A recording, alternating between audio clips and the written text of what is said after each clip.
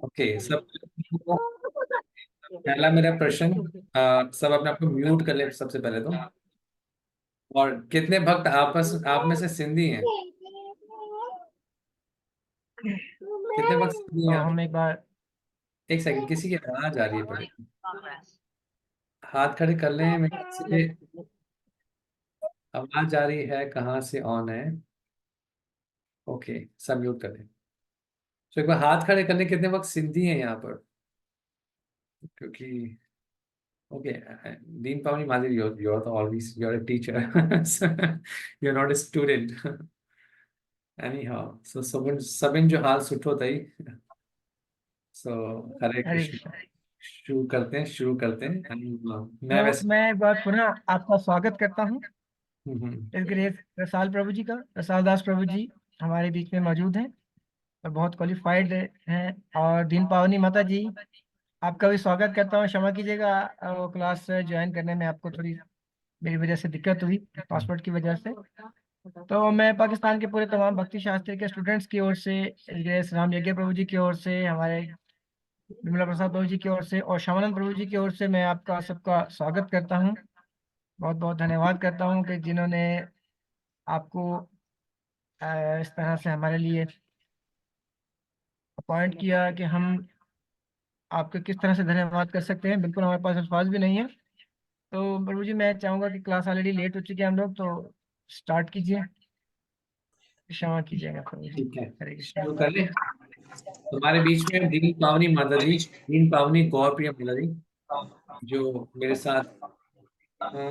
ईश्वर मुरारी प्रभु, अगर आपसे रिक्वेस्ट है कि अगर म्यूट कर लें अपने आप को। ईश्वर मुरारी प्रभु, अपने आप को म्यूट कर लें। गुड। ठीक है। और इस ग्रुप का कंट्रोलर कौन है? अगर मुझे होस्ट बना दिया जाए। ठीक है, मैं को होस्ट हूँ, ठीक है, ताकि शेयर कर सके स्क्रीन आपके सामने। हालांकि जो मेरी स्लाइड्स रहेंगी वो इंग्लिश में रहेंगी, लेकिन मैं आपको हिंदी में मैं समझा दूंगा। हिंदी में हूँ लेकिन इतनी बोल नहीं पाता। समझ, आप सिंधी में क्वेश्चन पूछ सकते हैं, मुझे सब समझ आ जाएंगे क्वेश्चन। So yes. मैं सिंधी बैकग्राउंड से ही हूँ। मेरे दादाजी यहीं पे रहते थे कुछ समय पहले, दादाजी या नाना जी पाकिस्तान से ही आए थे 47 के बाद। और हमारे साथ दीन पावनी गौरप्रिय माता जी भी हैं, आपके पाकिस्तान से ही हैं। ये भी साथ में मेरे साथ, हम दोनों मिलके आपके आगे के 6 चैप्टर्स 13 से 18 ये हम मिलके कवर कराएंगे। तो ये पिछले साल जो बैच हुआ था भक्ति शास्त्री का बैच, उसमें माता जी ने बहुत अच्छे से पढ़ाई करी भक्ति शास्त्री के सारे सब्जेक्ट्स की, सारी किताबों की। और एक साल के बाद इनको मौका मिला बिमला प्रसाद को की तरफ से कि ये भी साथ में पढ़ाएं और जो इन्होंने सीखा है आपके साथ शेयर करें। ठीक है। और माता जी एक कंप्यूटर साइंस की स्टूडेंट है, साथ में पढ़ते भी हैं और भक्ति का भी अच्छे प्रयास करते हैं। इनकी दीक्षा हुई है जयप्रदा महाराज से। और मैं हिज होलीनेस गोपाल कृष्ण महाराज जी का शिष्य हूँ, दिल्ली मंदिर में रहते हैं। एक नया मंदिर खुला है, रोहिणी मंदिर। बहुत फेमस है, अभी चर्चाओं में है। आप जरूर कभी मौका मिले इस मंदिर में आइए। नहीं तो ऐसे इंस्टाग्राम, फेसबुक और यूट्यूब के माध्यम से आप मंदिर के दर्शन कर सकते हैं। बहुत ही भव्य मंदिर है। ऐसा शायद मंदिर कोई और ही होगा इस नॉर्थ इंडिया में। बहुत ही भव्य दर्शन है। तो इस मंदिर में पंचतत्व राधा माधव और ललिता विशाखा, साथ में सीताराम लक्ष्मण हनुमान जी, आप जरूर दर्शन कीजिएगा ऑनलाइन एटलीस्ट। तो शुरुआत करते हैं। चारू गौरांगा, म्यूट कर लें, म्यूट कर लें। अच्छा, सबसे रिक्वेस्ट है पहले अपनी वीडियोस खोलें, पहले देख तो लें कितने लोग हैं, कौन कौन है यहाँ पे, कितने लोग वीडियोस खोल सकते हैं।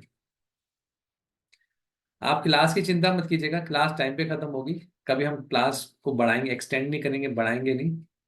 जो हमने प्रिपेयर करना था, जो बोलना है, हम उसी समय में बोलेंगे। टाइम हमें बहुत ज़्यादा दिया गया है, लेकिन हम मान के चलेंगे कि आपकी समय से पहले क्लास खत्म हो जाएगी। ज़्यादा हमें कुछ एक दो क्लासेस शायद नहीं भी रखनी पड़े। प्रभु जी कोई दिक्कत नहीं, टाइम हम थोड़ा सा आगे भी ले सकते हैं अगर हो जाएगा तो, कोई हाँ, दिक्कत नहीं। हमारी तैयारी में कमी नहीं रहेगी।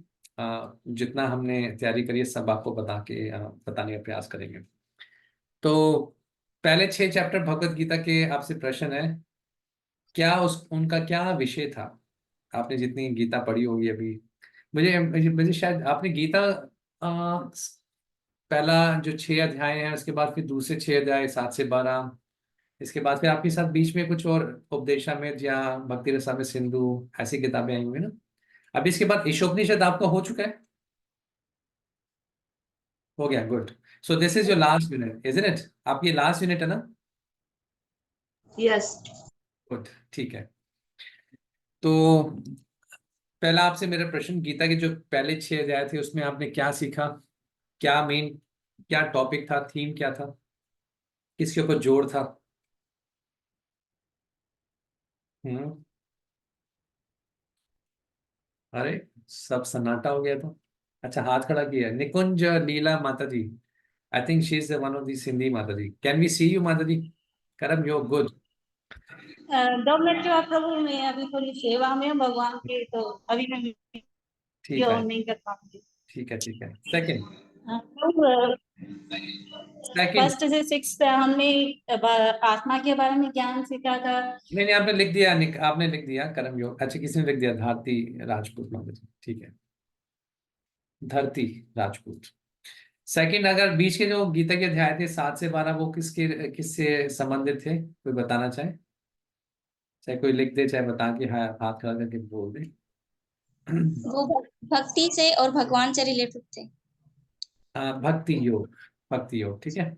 अच्छा, एक नियम बना लेते हैं, जो भी बोले वो हाथ खड़ा करके, जो आपका डिजिटल हाथ होता है उसको खड़ा करके आप बोल सकते हैं। अच्छा, आपने कर्म योग सीख लिया कि कैसे कैसे कर्मों का ज्ञान प्राप्त करके कर्मों को भगवान से जोड़ा जाता है। योग मतलब जोड़ना, ये हो गया कर्म योग।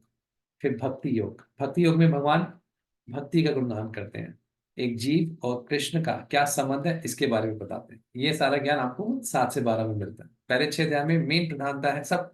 वैसे अगर गीता प्रभुपाद जी पढ़े, चाहे कर्म योग पढ़े, चाहे ज्ञान योग पढ़े, चाहे भक्ति योग पढ़े, हर चीज का सिद्धांत निष्कर्ष जो प्रभुपाद जी कंक्लूजन देते हैं वो भक्ति योग ही देते हैं, है ना। क्योंकि ऐसा बिल्कुल, हालांकि गीता एक सीक्वेंस में है, कर्म योग फिर भक्ति योग की चर्चा होती है, फिर लास्ट के 6 अध्याय ज्ञान योग में चर्चा होती है। लेकिन प्रभुपाद जी की विशेषता है गीता की कि जहां भी पढ़े आपको शुरुआत से भक्ति योग का ज्ञान प्राप्त होता है। भक्ति का मतलब क्या होता है? अच्छा, कुछ ये ब्रज तारिणी माता जी कुछ कहना चाहें? आपका हाथ खड़ा है। हरे कृष्णा प्रभु जी, दंडवत प्रणाम। हम्म। प्रभु जी, हम लोगों ने 8वें अध्याय में भगवत प्राप्ति के बारे में भी सीखा है कि अंतकाल में कैसे हम भगवान का सिमरन करके भगवान को प्राप्त कर सकते हैं, और अपनी कैसे अंत समय में विचारधारा बना के किसी भी योनि में जा सकते हैं। तो ये सब हमने 8 अध्याय में सीखा। गुड। तो हरे कृष्ण। भक्ति का मतलब होता है एक जीव का कृष्ण के साथ संबंध, यानी भक्ति मतलब रिलेशनशिप विद कृष्णा, भगवान कृष्ण के साथ संबंध, इसको कहते हैं भक्ति योग। जब एक जीव को अपना कृष्ण के साथ संबंध पता लगता है और उस संबंध के लिए वो प्रयास करता है भगवान की प्रसन्नता के लिए, ये बिल्कुल प्रिसाइजली कहेंगे या बिल्कुल संक्षेप रूप में कहेंगे, ये होती है भक्ति। तो भक्ति योग का ज्ञान दिया, कर्म योग का भगवान ने ज्ञान दिया। लेकिन आप प्रभुपाद जी के ग्रंथ पढ़ेंगे, कहीं आपको लगेगा नहीं सिर्फ कर्म योग ही चल रहा है, हर जगह आपको कर्म योग का जो कंक्लूजन है वो भक्ति योग ही मिलता रहेगा। भक्ति, भगवान की भक्ति, हर चीज का क्या निष्कर्ष है? भक्ति, भक्ति, भक्ति। तो आगे बढ़ते हैं अब 13वें अध्याय से। आज गीता के हम 13वें से लेकर अगले कुछ दिनों तक 18वें अध्याय तक करेंगे, और आज से लेके अंत तक हम इस गीता को खत्म कर देंगे, जो आपकी यूनिट 3 होगी। सो हमारे बीच में दीन पावनी माता जी हैं, गौरप्रिय माता जी, अगर आप शुरुआत करें। अगर आप कहें तो मैं इसको स्क्रीन में लगा दूं जो श्लोक है, या फिर आप अपना शेयर करेंगे, जैसे कहें माता जी। ओके, मैं लगा देता हूँ। आप लगा। ठीक है। स्क्रीन में देखिए, आपको हिंदी, और पता नहीं हिंदी तो आपको नहीं आती होगी पढ़नी, इंग्लिश में लिखा है। Yes sir. और ये थोड़ा मैंने कलर आपके लिए किया था कि जहाँ जहाँ पे मुझे लगता था कि मैंने स्टूडेंट के हिसाब से जो मुझे बोलना है। बाकी मैं चाहूंगा दीन पावनी माता जी और हमने मिल के बांटे थे कुछ श्लोका, कि कुछ श्लोक ये लें कुछ श्लोक मैं लूं, तो उस प्रकार से हमारी चीज बटी हुई है। सो माता जी अब हमें पहले श्लोक से भक्ति योग के बारे में बताना शुरू करते हैं। ठीक है माता जी, कहाँ से मैं बिल्कुल इंट्रोडक्शन से निकालूं या पहले श्लोक लगाऊं? पहले श्लोक से आज। ठीक है। सबको पहला श्लोक दिख रहा है ये? यस प्रभु जी। मैं इंग्लिश में अर्जुन। लगा देता हूँ, आपको पढ़ना है। अर्जुन वाद से। सब अपनी गीता खोल लीजिए, 13वें अध्याय। और माता जी जैसे आप शुरू करना चाहें आप शुरू कीजिए, बाकी मैं फिर देखता हूँ। हरे कृष्णा सर, आप सभी डिवोटी को दंडवत प्रणाम। तो जैसे कि प्रभु जी ने बताया कि जो पहला जो हिस्सा था भगवत गीता का, वो हमें कर्म योग से भक्ति योग तक लेके जा रहा था, और जो बीच का हिस्सा था वो हमें भक्ति योग सिखा रहा था, और जो ये आखिरी हिस्सा है जो हम कवर करने जा रहे हैं मिलके, वो हमें ज्ञान योग से लेकर भक्ति योग तक चला जाएगा। वो आखिरी पॉइंट लाएगा हमें भक्ति योग तक। तो इसमें देखिए, एक्चुअली जैसे एक किताब होती है ना, किताब के दो जो हार्ड कवर्स होते हैं साइड में, जो बुक को कवर करते हैं, उसको हम कर्मयोग और ज्ञान योग कह सकते हैं, और बीच का जो कंटेंट है ना, उसको हम भक्ति योग कह सकते हैं। ताकि उसमें देखिए, बाहरी अगर कुछ भी हुआ, बाहरी हिस्सा बुक का भले ही उसमें चेंजेस हो, कुछ भी हो, पर वो जो बीच का कंटेंट है ना, वो महफूज रहेगा। इसलिए भगवान ने जो भक्ति योग है उसको बीच में ही रखा है। तो पहली चीज, इसमें हम ज्ञान से भक्ति तक जाएंगे। तो इसमें पहला जो श्लोक है, इस पूरे चैप्टर में तीन मेन चीजें हैं। हमें तीन तीन चीजों पे फोकस रखना है, बेसिक चीजें।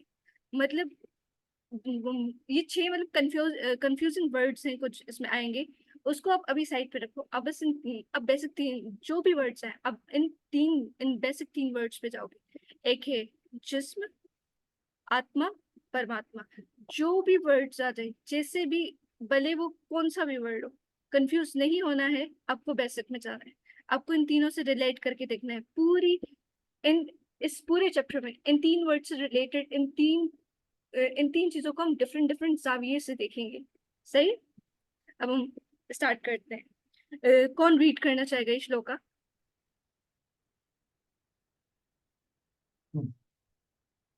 कोई श्लोक का रीड करना चाहेगा? देखें कौन पढ़ता है, अपनी किताब से पढ़ लीजिए। Yes, good. तर्जमा जी करें। हरे कृष्णा। अर्जुन ने कहा, हे कृष्ण, में प्रकृति एवं पुरुष, क्षेत्र एवं क्षेत्रज्ञ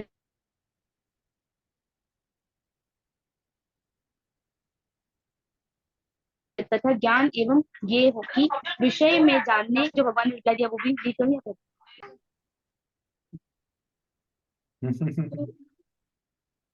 ये जो पहला श्लोक है, इसमें ना अर्जुना अपनी जिज्ञासा प्रकट कर रहे हैं। अपनी जिज्ञासा किन चीजों के बारे में? कुछ चीजों के बारे में, जिन मतलब 6 चीजों के बारे में। वो 6 चीजें कौन सी हैं? एक है प्रकृति, मटीरियल नेचर, भौतिक नेचर। सही है। और दूसरा है पुरुष, जो मतलब जिसे हम एंजॉयर कहते हैं। उर्दू में हम क्या कह सकते हैं, थोड़ा सा कोई बताएगा? क्योंकि मेरे दिमाग जहन से थोड़ा सा निकल चुका है। एंजॉयर को हम उर्दू में कहते हैं। हाँ, ओके। और तीसरा है क्षेत्रम, जिसे हम खेत कह सकते हैं अगर उर्दू में देखा जाए, या इजी अल्फाजों में जिस्म कहेंगे। और चौथा अल्फाज है क्षेत्र के, जिस्म को जानने वाला, बॉडी को जानने वाला, उसको, या खेत को जानने वाला। अभी पांचवा अल्फाज है ज्ञानम, नॉलेज। छठा अल्फाज है ज्ञेयम, जानने लायक जो चीज है, ऑब्जेक्ट ऑफ नॉलेज। ये 6 चीजें अर्जुना ने इंक्वायर करने की कोशिश की है कि इन 6 चीजों के बारे में कृष्णा मुझे बताए। अब नेक्स्ट श्लोका पे हम आएंगे, तो नेक्स्ट श्लोका में कृष्णा बता रहे हैं अर्जुना को। क्या बता रहे हैं? कि एक तो बता रहे हैं क्षेत्र के बारे में, दूसरा क्षेत्र के बारे में। तो अर्जुना को बता रहे हैं कि क्षेत्र क्या है? जिस्म, और जिस्म को जानने वाला। अब आते हैं आगे, रीड करते हैं।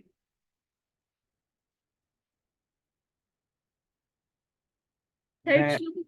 अगला श्लोक निकालूं मैं माता जी अभी? Yes, next. ओके, ठीक है। श्लोक नंबर 3, राइट है ना? श्लोक नंबर 3 है। ओके।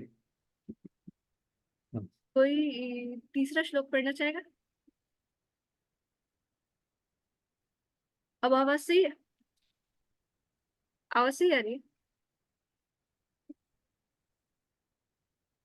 यस माता जी। पहले कोई श्लोक पढ़ना चाहेगा? तीसरा श्लोक।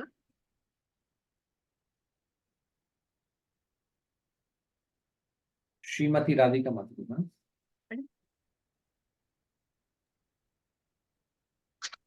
संस्कृत में पहले पढ़ना है प्रभु जी, फिर हिंदी में, राइट? जैसे आप पढ़े।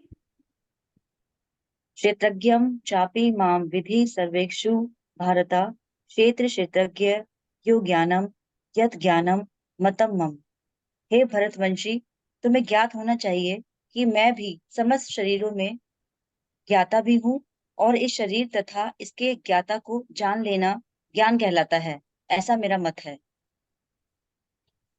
हरे Krishna. Hare Krishna. Thank you so much. अब यहाँ पे ना कृष्ण एक चीज पे जोर डाल रहे हैं, कह रहे हैं कि ना मैं भी क्षेत्रज्ञ हूँ। अब मैंने क्या बताया कि क्षेत्र क्या है? जिस्म को हम क्षेत्र कहेंगे। जिस्म, जो जिस्म के अंदर है उसको जिस्म के बारे में पता है। जिस्म के अंदर कौन है? हमारी आत्मा। और अब कृष्ण कह रहे हैं कि मैं भी हूँ, मुझे मत भूलो कि मैं भी हूँ, तो मैं भी क्षेत्रज्ञ हूँ। अब आप कहेंगे कि कृष्ण क्षेत्रज्ञ है, मतलब कृष्ण भी एक ही बॉडी के बारे में जानते हैं? नहीं, कृष्ण सुप्रीम क्षेत्रज्ञ है, मतलब वो चीफ क्षेत्रज्ञ है।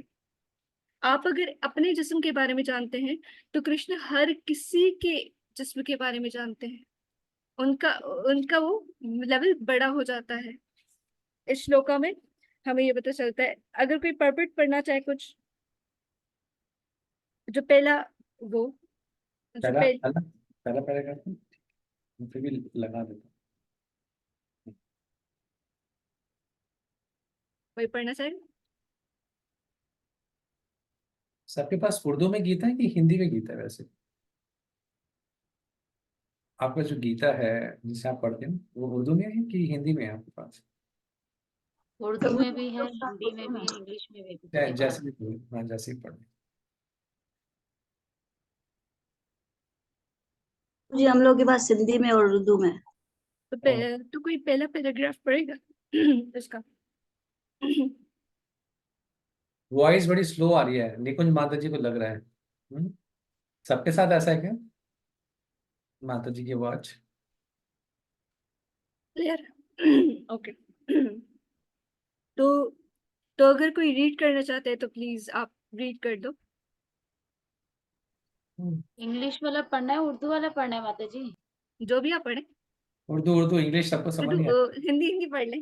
हिंदी उर्दू जो भी पढ़ती है आप हिंदी में पढ़ेंगे ना श्रीमती माता जी? उर्दू में माता जी, उर्दू में पढ़ रहे हैं। मालूम है ना इसका आप? फर्स्ट पैराग्राफ पढ़ ले। यहाँ से इंग्लिश स्टार्टिंग भी पढ़ पहला सकते हैं, पहला उर्दू भी पैराग्राफ पढ़ सकते हैं पढ़ना है। माता जी।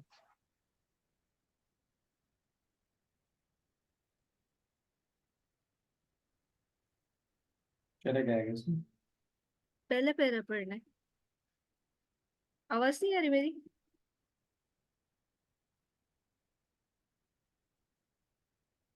मैं ही पढ़ लेती हूँ। मैं पढ़ती हूँ माता जी। हाँ आप पढ़ ले माता जी। शरीर शरीर के ज्ञाता आत्मा तथा परमात्मा विषय व्याख्या के दौरान हमें तीन विभिन्न विषय मिलेंगे: श्री भगवान, जीव तथा पदार्थ। प्रत्येक कर्म क्षेत्र में, प्रत्येक शरीर में दो आत्माएं होती हैं, आत्मा तथा परमात्मा। क्योंकि परमात्मा भगवान श्री कृष्ण का स्वांश है, अतः श्री कृष्ण कहते हैं, मैं भी ज्ञाता हूँ, लेकिन मैं शरीर का व्यष्टि ज्ञाता नहीं हूँ, मैं परम ज्ञाता हूँ। मैं शरीर में परमात्मा के रूप में विद्यमान रहता हूँ। आगे पढ़ना है। आगे पढ़।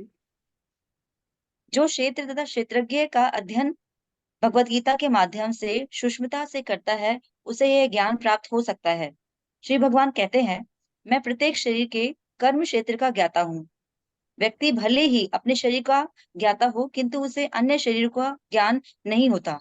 समस्त शरीरों में परमात्मा रूप में विद्यमान श्री भगवान समस्त शरीरों के विषय में जानते हैं। वे जीवन की विभिन्न विविध योनियों के सभी शरीरों को जानने वाले हैं। एक नागरिक अपनी भूमि खंड के विषय में सब कुछ जानता है, लेकिन राजा को न केवल अपने महल का अपितु प्रत्येक नागरिक की भू संपत्ति का ज्ञान रहता है। इसी प्रकार कोई भले ही अपने शरीर का स्वामी हो, लेकिन परमेश्वर समस्त शरीरों के अधिपति हैं। राजा अपने साम्राज्य का मूल अधिपति होता है और नागरिक गौण अधिपति। इसी प्रकार परमेश्वर समस्त शरीरों के परम अधिपति हैं। और इसका नेक्स्ट वाला जो छोटा पैरा है ना, वो वाला भी पढ़ ले माता जी। यह शरीर इंद्रियों से युक्त है। परमेश्वर ऋषिकेश हैं, जिसका अर्थ है इंद्रियों के नियामक। वे इंद्रियों के आदि नियामक हैं। जिस प्रकार राजा अपने राज्य की समस्त गतिविधियों का आदि नियामक होता है, नागरिक तो गौण नियामक होते हैं। श्री भगवान का कथन है, मैं ज्ञाता भी हूँ। इसका अर्थ है कि वे परम ज्ञाता है। जीवात्मा केवल अपने विशिष्ट शरीर को ही जानता है। वैदिक ग्रंथों में इस प्रकार का वर्णन है। जैसे कि मैंने आपको बताया कि हमारा जो लेवल है वो सिर्फ एक बॉडी तक है, हमारी बॉडी तक है। वो जो हमारी सोल है वो सिर्फ हमारी बॉडी को जान सकती है। बट जो परमात्मा की जो वो लेवल है वो ऊपर है, वो बहुत ऊंचा है, वो सबकी बॉडी के बारे में जानते हैं, मतलब ज्ञान रखते हैं इस तरह। तो अब चलते हैं नेक्स्ट उस पे, वर्स पे, फोर्थ वर्स।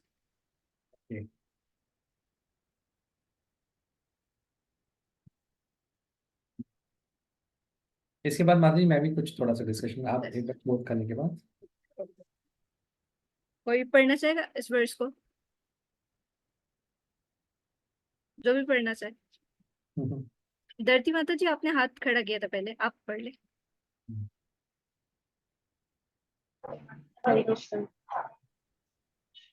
तच्छेत्रं यच्च यद्रच्च यद्विकीय विकारी यतश्च यत् स चायो यत् भवश्च तत्संशयं मे शृणु।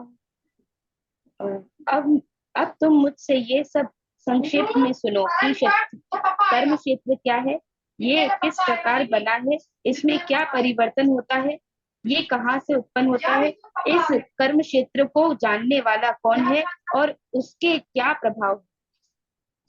सही।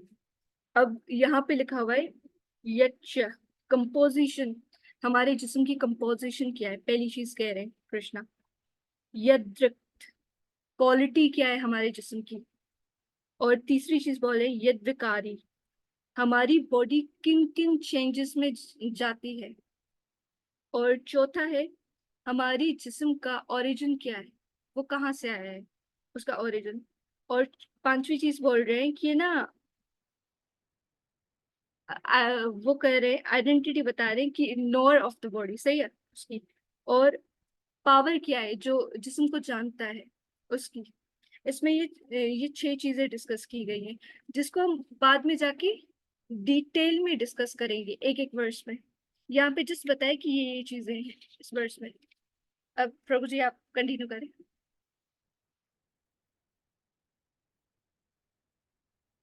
प्रभु जी आपका माइक्रोफोन ऑफ है। गुड। मैंने कुछ पॉइंट्स हाईलाइट किए थे। माधवी ने ऑलमोस्ट, दीन पावनी गौरप्रिय माधवी ने ऑलमोस्ट कवर करा दिया है। कुछ मेरे पॉइंट्स जो मैं प्रभुपाद जी के तात्पर्य से जो चर्चा करना चाहेंगे। तो जैसे माधवी ने बताया कि अर्जुन ने के मन में जिज्ञासा हुई कि भक्ति योग बताया, क्योंकि भगवान ने दूसरे अध्याय में अगर देखें गीता के ऑलमोस्ट सारा ही ज्ञान बता दिया, कर्म योग, भक्ति योग, ज्ञान योग, सब कुछ बता दिया। तो अर्जुन के मन में जिज्ञासा हुई कि अब ये 6 चीजों के बारे में पूछने की जिज्ञासा हुई। तो 6 चीजें क्या थी, यहाँ पे इस श्लोक में आता है। आप ये 6 चीजें पहले लिख लीजिए। सबसे पहले सब अपना कॉपी पेन लिखें। प्रकृति, पुरुष, क्षेत्र, क्षेत्रज्ञ, क्षेत्रज्ञ, ज्ञानम और ज्ञेय। हाँ, चलिए, आपको तो पता है, सबके लिए लिखवा देते हैं, ठीक है। एक बार सबको पता लग जाए कि आज अर्जुन ने प्रश्न क्या पूछा। प्रकृति क्या है, प्रकृति बताइए। पुरुष क्या है, तीसरा। क्षेत्रज्ञ कौन है, नहीं, तीसरा कहेंगे क्षेत्र। क्षेत्र क्या है, क्षेत्रम कह लीजिए संस्कृत में। प्रकृति, पुरुष और क्षेत्र। चौथा पूछा क्षेत्रज्ञम, ठीक है। पांचवा ज्ञानम और छठा ज्ञेयम, ठीक है। 6 चीजें पूछी जैसे माता जी ने भी बताया। अब संक्षेप में बता देते हैं, उसके बाद प्रभुपाद जी की तात्पर्य से करेंगे। प्रकृति आप समझते हैं, ये भौतिक आप संसार कह सकते हैं इसको, या भौतिक प्रकृति कहते हैं आप इसको, मटेरियल नेचर।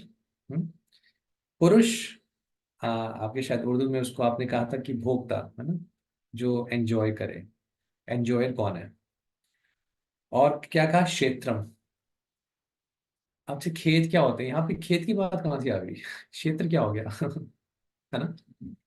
तो ये बड़ी एक अच्छी चीज है। चलो प्रकृति समझ आती है, अर्जुन पूछ रहे हैं पुरुष के बारे में सोच रहे हैं, जहां जहां प्रकृति आएंगी, क्योंकि प्रकृति का भोक्ता जो एंजॉय करता है वो पुरुष करता है, वहां पे जहाँ पे प्रकृति की बात आएगी वहां पे पुरुष की बात आएगी आएगी, समझ आती है। अरे क्षेत्रम कहाँ से आ गया? क्षेत्रम का एक हिंदी ट्रांसलेशन होता है खेत, या उर्दू कहेंगे जैसे आपने जैसे खेत बताया माता जी ने। एक होता है एरिया, क्षेत्र मतलब होता है फील्ड, है ना, फील्ड हो जाती है। इंग्लिश में आप इसमें प्रॉपर फील्ड ही लिखा है, फील्ड मतलब एक एरिया होना। क्षेत्रम का मतलब होता है एक दायरा। हम्म, एक और मतलब होता है दायरा, जिसके अंदर जीवात्मा अपने सारे कर्म को करता है। और क्षेत्र का यहाँ पे आगे जैसे माता ने बताया, जिसका मतलब है जिस्म, शरीर या बॉडी, है ना। अच्छा, आगे एक एक करके आगे चर्चा करेंगे, बस एक मैं संक्षेप में इसकी बस एक संस्कृत से उसका हिंदी मतलब बता दूं। तो अर्जुन ने 6 चीजें पूछी। प्रकृति बताइए मुझे, पुरुष क्या है, क्षेत्रम क्या है, और क्षेत्रज्ञ क्या है, ये शरीर क्या है, शरीर का ज्ञाता कौन है, शरीर के शरीर को कौन जानता है, शरीर के बाहर भी कोई चीज है क्या, और ज्ञानम, मुझे ज्ञान बताइए क्या है, और गेयम, अगर ज्ञान प्राप्त, जहां भी ज्ञान की बात होती है वहां पे गेयम भी आता है। जैसे प्रकृति की बात होती है वहां पे पुरुष भी आते हैं ना। गेयम मतलब ज्ञान पाने का लक्ष्य क्या है, किसके लिए ज्ञान अर्जित किया जाता है, ये अर्जुन ने प्रश्न पूछे। अच्छा, आप देखेंगे दुनिया में जितने भी सैद्धांतिक रूप से जो दर्शन आते हैं, फिलॉसफीज होती हैं, मुझे नहीं पता फिलॉसफी का उर्दू में क्या कहते हैं, जितनी भी ज्ञान की बातें होती हैं वो 3 चीजों का कॉम्बिनेशन होती है। अगर आपको किसी संप्रदाय या किसी संस्था या कोई एक धार्मिक ग्रुप है, उनसे आपको बात करनी है कि आपका क्या सिद्धांत है, आपके विचार क्या रखते हैं, तो आप इन 3 चीजों के बारे में मेन बात करते हैं कि आपका क्या कॉन्सेप्ट है भगवान को लेके, ईश्वर को लेके। दूसरा, क्या कॉन्सेप्ट है इस शरीर को लेके, ये शरीर कैसे बना, कैसे आया, कहाँ जाएगा। भगवान, जीवात्मा और प्रकृति को लेके। इसको आप एक ट्रायंगल कह सकते हैं, एक त्रिकोण कह सकते हैं, कि जितने भी दार्शनिक सिद्धांत होते हैं वो इन 3 चीजों का ही मिश्रण होते हैं। कोई कहता है जीव भगवान है, एक दर्शन ये हो गया, है ना। कोई कहते हैं प्रकृति में मिल जाते हैं, जीव प्रकृति में मिल जाता है, खत्म, वॉइडिज्म हो गया। ये इस मृत्यु के बाद सब कुछ खत्म हो जाता है, जीव आत्मा ही खत्म हो जाती है। तो इस सिद्धांत को जानना बड़ा इंपॉर्टेंट है। जो वैष्णव और भगवान कृष्ण जिस सिद्धांत को बताते हैं, और जो वैष्णव मानते हैं या जो कृष्ण के भक्त हैं वो वैष्णव कहलाते हैं, जो ये सबसे इंपॉर्टेंट सिद्धांत है। ताकि कभी जैसे ना, आप भारत में तो बहुत प्रचलित है ऐसा कि मायावादी विचार, कि जीव भगवान से मिल जाता है। अभी जीव माया में रह के भगवान से अलग है, लेकिन जब माया से मुक्त हो जाएगा तो जीव क्या बन जाएगा? भगवान बन जाएगा। ये जितने भी सिद्धांत होते हैं, चाहे मायावाद सिद्धांत करें, चाहे जितने भी सिद्धांत दुनिया में मौजूद होते हैं, जिनका अस्तित्व है, तो वो इसी 3 चीजों से बनते हैं, जीव, प्रकृति और ईश्वर। इसलिए इन तीनों का क्या समन्वय है आपस में, क्या इनका रिलेशनशिप है, ये समझना बड़ा जरूरी है, ताकि सही सही जीव भगवान को समझ सके। अब देखिए आज आगे अर्जुन यही प्रश्न पूछेगा कि कैसे जीव भगवान को प्राप्त कर सकता है। जब जीव को अपनी समझ होगी, भगवान की समझ होगी, प्रकृति की समझ होगी, तभी भगवान को प्राप्त कर सकता है। तभी भगवान बताते हैं आगे जाके, अगर जिसको ये समझ है वास्तविक ज्ञान उसी को ही है, जिसको प्रकृति का पता है, ईश्वर का पता है, या भगवान का पता है और अपने बारे में पता है, तभी वो भगवान को प्राप्त कर सकता है, और वास्तव में है उसी को ज्ञान प्राप्त है। तो सबसे पहले अर्जुन के 6 क्वेश्चन थे, क्या थे? कोई बताएगा? कोई एक हाथ खड़ा करके बताए, हम पूछेंगे। कोई हाथ खड़ा करे, बिना देखे बताना आपको।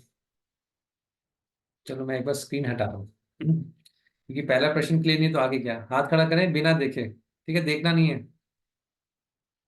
ठीक है। और कोई, और किसका हाथ खड़ा देखते हैं, हम चूज करेंगे, हाथ खड़ा करें कोई, ठीक है। और ठीक है।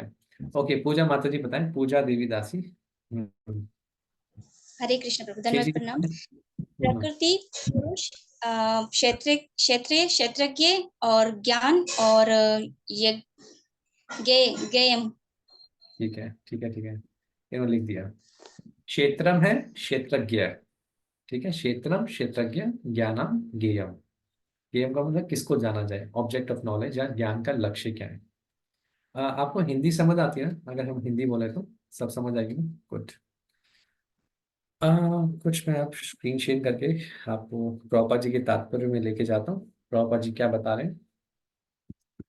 हम्म आप कृष्णा कहते हैं, प्रभुपाद जी बता रहे हैं कि जो ये शरीर है वो है एक क्षेत्र है।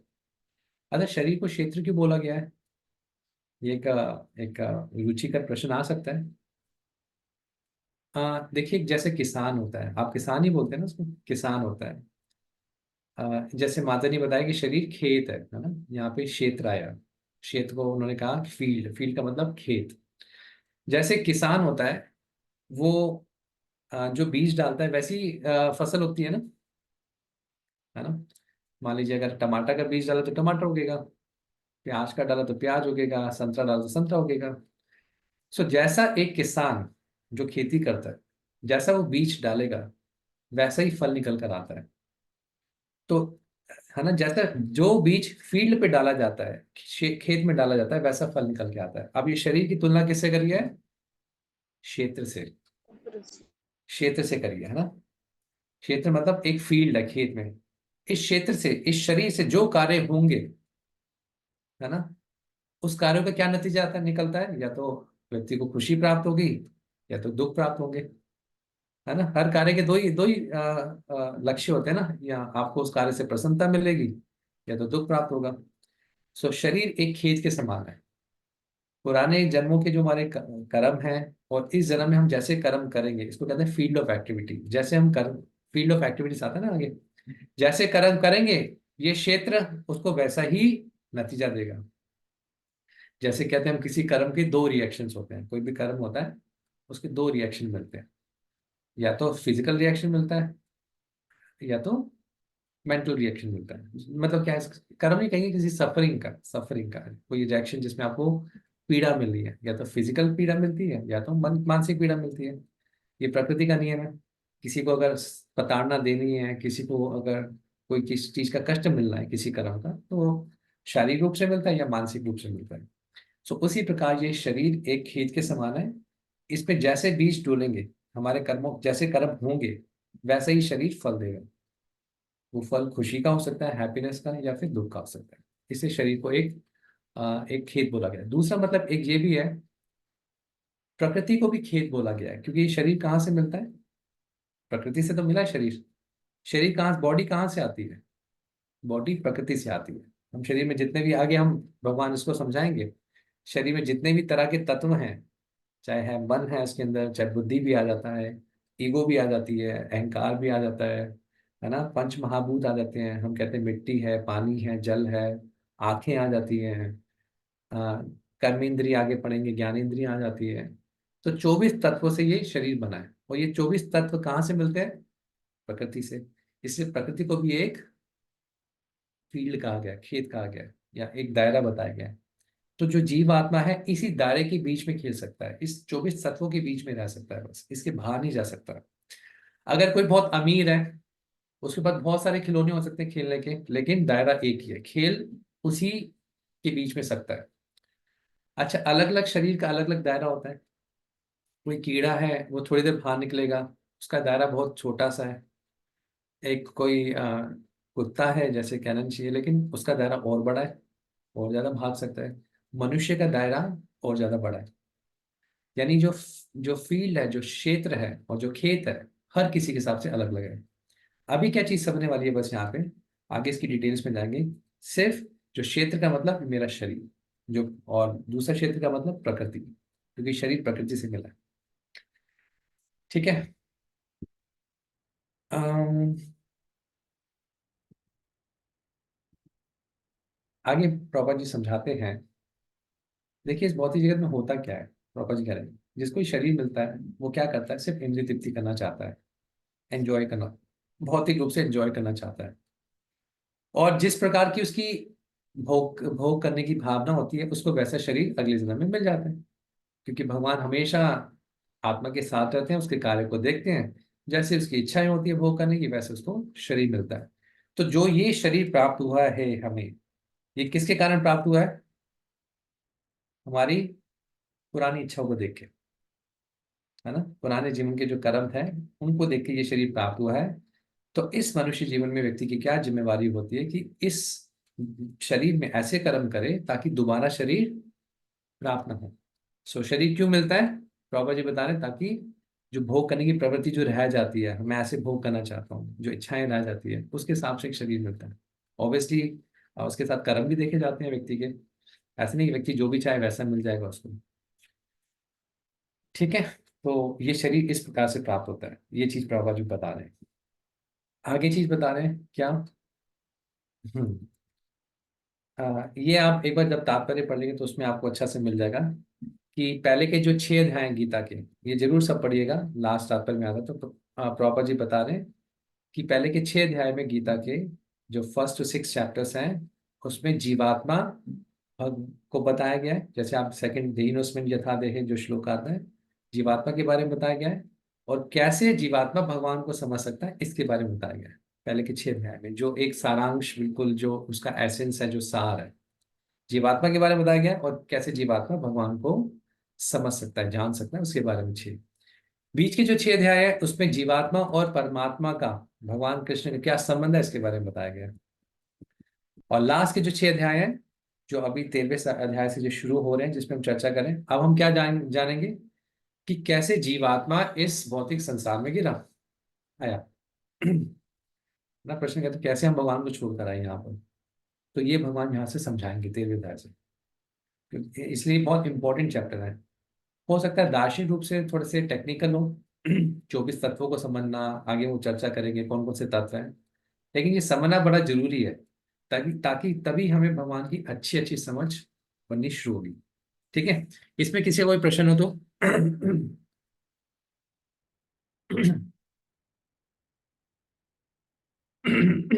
हम तो आगे बढ़ते हैं। ठीक है, तो बेसिकली इसके अंदर कैसे जीवात्मा संसार में फंसता है और कैसे यहां से निकल सकता है। फंसता क्यों है, क्या कारण है, आपसे प्रश्न है मेरा। अपनी इच्छाएं उनकी पूरी नहीं हुई है प्रभु जी, इसलिए वो भोगने की इच्छा, इंद्र तृप्ति की इच्छा से जीवात्मा यहाँ पे फंसता है। निकलेगा कैसे, क्या लगता है, क्या 6 चीजों में से क्या लगता है? इन छह भगवान से चीजों भगवान से संबंध बनाकर। नहीं, 6 चीजों में से बताइए, 6 चीजों में से कैसे बताइए। इन 6 में अगर कोई जीवात्मा फंसा है, इन 6 चीजों में से कैसे निकलेगा, कौन सी चीज से निकलेगा? तो ज्ञान गैस, प्राप्त, ज्ञान, ज्ञान प्राप्त। ज्ञान से, हाँ ज्ञान से निकलेगा। इसलिए भगवान आगे ज्ञान की विधि बताते हैं, प्रोसेस ऑफ नॉलेज, कि पहले बता रहे हैं फंसा कैसे आता है। आगे जैसे माता जी ने कॉम्पोजिशन बता, ये शरीर किससे बना है, क्षेत्रज्ञ क्या है। अभी तो पहले भगवान क्या बता, पहले तो इन 2 में प्रश्न पूछा उन्होंने, 6 चीजें बारे में ज्ञान पूछा कि ये बताइए क्या होती है। अब अगले श्लोक में भगवान बताना शुरू करते हैं, जो श्लोक है श्लोक नंबर 3। पहले 2 श्लोक अर्जुन ने पूछे, क्या कह रहे हैं भगवान अगले श्लोक में, एक से वो कह रहे हैं कि हे अर्जुन, आप जानिए कि मैं हर किसी के शरीर में रहता हूँ। देखिए बहुत ही एक सीक्रेट नॉलेज है। अगर शायद आपको ये गौड़िया संप्रदाय या इस्कॉन के द्वारा ज्ञान नहीं प्राप्त होता, तो लोग ये अलग भ्रांति हैं कि शरीर में जो हम हैं वो भगवान ही हैं बस, या परमात्मा भगवान एक ही है, हमें हमें परमात्मा से मिलना है। कई सारे सिद्धांत भ्रांतियां होती हैं, लेकिन भगवान यहाँ पे स्वयं बोल रहे हैं क्या, कि मैं सबके शरीर में रहता हूँ। और क्या कह रहे हैं साथ में, जो इंग्लिश में पढ़ सकते हैं, नहीं तो मैं हिंदी में बता ही रहा हूँ, कि हे अर्जुन, आपको ये समझना चाहिए कि मैं सबके शरीर में रहता हूँ, और इस शरीर को समझना, और इस शरीर को जो जानने वाले को समझने को ही ज्ञान कहते हैं। भगवान कह रहे हैं ये मेरी ओपिनियन है, ये मेरा मत है। शरीर को समझना और शरीर में रहने वाले को समझना, आप ऐसे मान लीजिए, शरीर को समझना और शरीर में रहने वाले को समझना, इसको कहते हैं ज्ञान। वैसे आपका एक चीज पूछूं आपसे, दुनिया में सबसे मुश्किल कार्य पता है क्या है, आप बताइए। दुनिया में सबसे मुश्किल कार्य क्या है? आपसे एक प्रश्न है, चलिए अब ज्ञान की बातें छोड़ते हैं। खुद को आपने समझना। एक बहुत बड़े दार्शनिक ने कहा है, सबसे मुश्किल कार्य दुनिया में है कि खुद को समझना। हम अपने आप को नहीं समझ पाते। सही बात करें, हम क्या करते हैं, कैसे बोलते हैं, कैसे रहते हैं, अपना अपना अपना नेचर नहीं समझ पाते। कभी ना कि आज मेरा मन मेरे से क्या कराएगा मुझे नहीं पता। माइंड इतना फ्रिकल या इतना चंचल होता है। सो दुनिया में अपने आप को समझना सबसे मुश्किल होता है। इसलिए जब भी प्रभुपाद जी ये बात कहते थे कि आप ये एक शरीर नहीं हो, एक आत्मा है, तो कई बार शिष्य कहते थे, प्रभुपाद जी हम जान चुके हैं हम शरीर नहीं एक आत्मा है। तो प्रभुपाद जी ने उत्तर दिया, एक बार किसी शिष्य ने पूछा कि प्रभुपाद जी आप यही बताते हैं हम शरीर नहीं हम आत्मा है, तो ये तो हमें पता है। प्रभुपाद ने कहा आप जानते हो मानते नहीं हो। आपको रियलाइज हो चुका है क्या, आपको साक्षात्कार हो गया कि आप शरीर नहीं हैं, आत्मा? क्या नहीं हुआ क्या? दोबारा सुनो फिर। इसलिए ये सबसे बेसिक बात है, आध्यात्मिक साक्षात्कार जो कहते हैं सेल्फ रियलाइजेशन, अपना आत्मा का साक्षात्कार और भगवान का साक्षात्कार साथ साथ चलता है। जितनी मात्रा में आप अपने आप को साक्षात्कार करते हैं उतना ही भगवान को समझते हैं। इसलिए आई थिंक प्रॉपर जी लिखते हैं, हम God God realization and self realization go hand in hand. आत्मा का अपना साक्षात्कार, आत्मा का साक्षात्कार और भगवान का साक्षात्कार साथ साथ चलता है।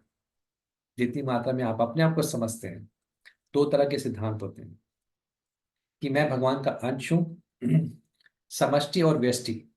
मैं भगवान का अंश हूं, अपने आप को समझ के फिर भगवान को समझने का प्रयास करते हैं, है ना। और एक होता है कि सीधा भगवान को, समष्टि। व्यष्टि होता है कि अपने आप को समझ के कि मैं भगवान का अंश हूँ, जैसे सागर के एक बूंद को स्टडी करके या उसको जान के उसकी गणना करके पूरे सागर का अनुमान लगाया जाता है ना। एक ये हो गया कि सागर की बूंद को स्टडी करूं, उससे सागर का अनुमान पता लग जाएगा कि दोनों की क्वालिटी तो सेम है, क्वांटिटी अलग है, मात्रा अलग है, लेकिन क्वालिटी सेम है। जैसे केमिकल कंपोजिशन सेम है ना, H2 है। तो यानी एक एक तरह का विचार ये हो गया कि अपने आप को समझ के भगवान को समझना। दूसरा हो गया था समष्टि, उसमें क्या है कि भगवान को टोटलिटी में समझना, भगवान की इस क्रिएशन को देखना। सो अपने आप को समझना सबसे मुश्किल है। इसलिए आध्यात्मिक मार्ग में ये चीज समझ आ गई, और प्रॉपर जी कहते हैं अगर जिसको ये समझ नहीं आया कि वो शरीर नहीं आत्मा है, उसको कुछ भी नहीं समझ आया, आगे कुछ भी नहीं समझ आएगा। एंड प्रभा जी जय लिखते हैं कि कैसे समझे इसको। ऑब्वियसली ये तो सारा चैप्टर उसी पे ही है। एक सेकेंड।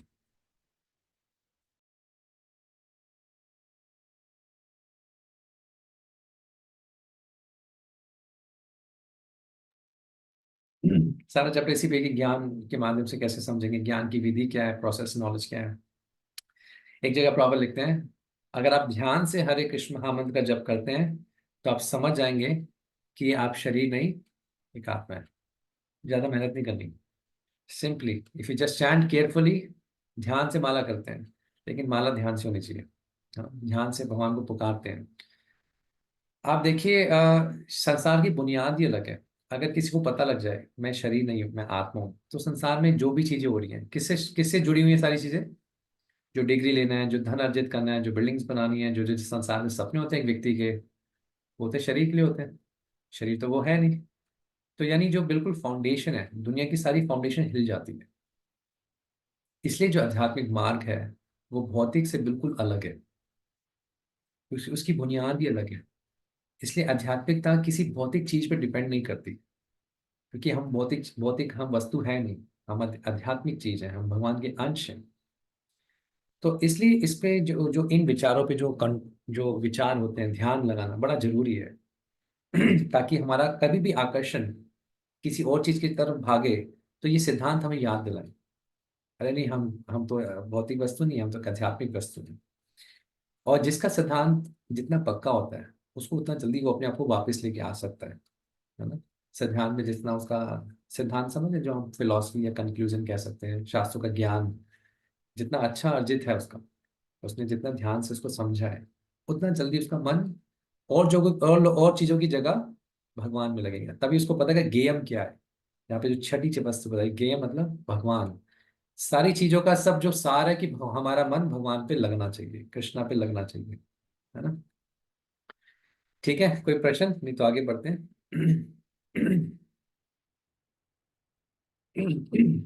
आगे बढ़ते हैं। ठीक है, तो हम आते हैं श्लोक नंबर 3 पे। तो भगवान कह रहे हैं कि आपको जानना चाहिए मैं सबके शरीर में रहता हूँ। एक ना बात है इस पे, अगर आपको पता लग जाए, ये तो भगवान कह रहे हैं, मेरा आपसे एक प्रश्न है, अगर कृष्ण आपके साथ हमेशा रहते हैं, मान लीजिए अगर आप अभी तो लगता है ना, हाँ रहते हैं जी, रहते हैं जी, भगवान साथ में है, मन में चलता रहता है जी, कुछ लोग कहते हैं ना हमेशा हम तो भगवान का ही सिमरन करते हैं, हमको याद करते हैं। अगर वास्तव में मैं आपसे एक काल्पनिक रूप से पूछ रहा हूँ, इमेजिनेटिव वे में, काल्पनिक रूप से अगर आप किसी को पता लग जाए कि भगवान मेरे साथ हमेशा रहते हैं, तो उस व्यक्ति का क्या एटीट्यूड होना चाहिए, क्या उसका भाव होना चाहिए, कैसे वो कार्य करेगा? काल्पनिक रूप से पूछ रहा हूँ मैं अभी। आप बताइए उसको क्या करना चाहिए?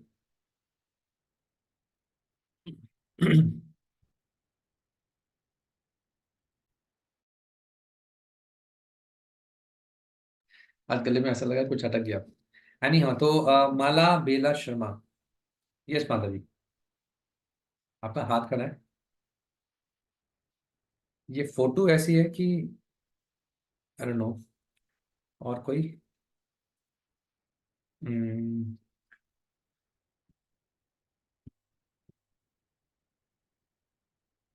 ओके, कोई और?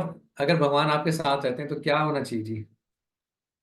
जो आप जो बोलना चाहे बोल लीजिए। हाथ, जब एक ही व्यक्ति हाथ खड़ा करे तो क्या चॉइस करें?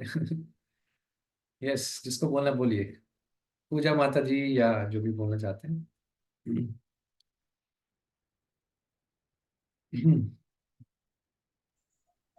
हरे कृष्ण प्रभु। हाँ जी, हाँ बोले बोले, आप बोले अमित प्रभु। जी। बोलिए अमित जी, बोलिए, आपने अभी तक बोला नहीं। करेक्ट। हाँ। हरे कृष्णा प्रभु जी। प्रभु जी, हमें अगर ऐसा फील करने तो फिर हमें तो जो भी हमारे कार्य होंगे वो भगवान की प्रसन्नता के लिए होंगे और शास्त्रों के अध्ययन होंगे, क्योंकि भगवान को प्रसन्न करने के लिए और गुरु के महाराज की प्रसन्न करने के लिए ही सारे कार्य होंगे। भगवान मेरे साथ हैं हमेशा, बात की थोड़ी ग्रेविटी या गंभीरता को समझिए। भगवान मेरे साथ हमेशा है, किसी को सिर्फ ज्ञात हो जाए, सबसे पहली चीज क्या आएगी? सबसे पहली चीज क्या है? सबसे पहली चीज, शोभा जी अगर बंद कर अपना माइक।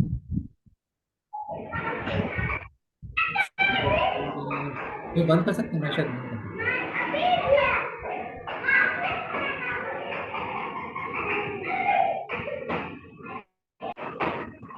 तो क्या है कंट्रोल में शोभा जी के? लेकिन हमेशा कोशिश करनी चाहिए कि वीडियो खोल के बैठे, ताकि पता लग सके कौन क्या कर रहा है। तो जानते हैं तो कॉल कर सकते हैं, या वैसे म्यूट हो सकता है तो मैं देखता हूँ।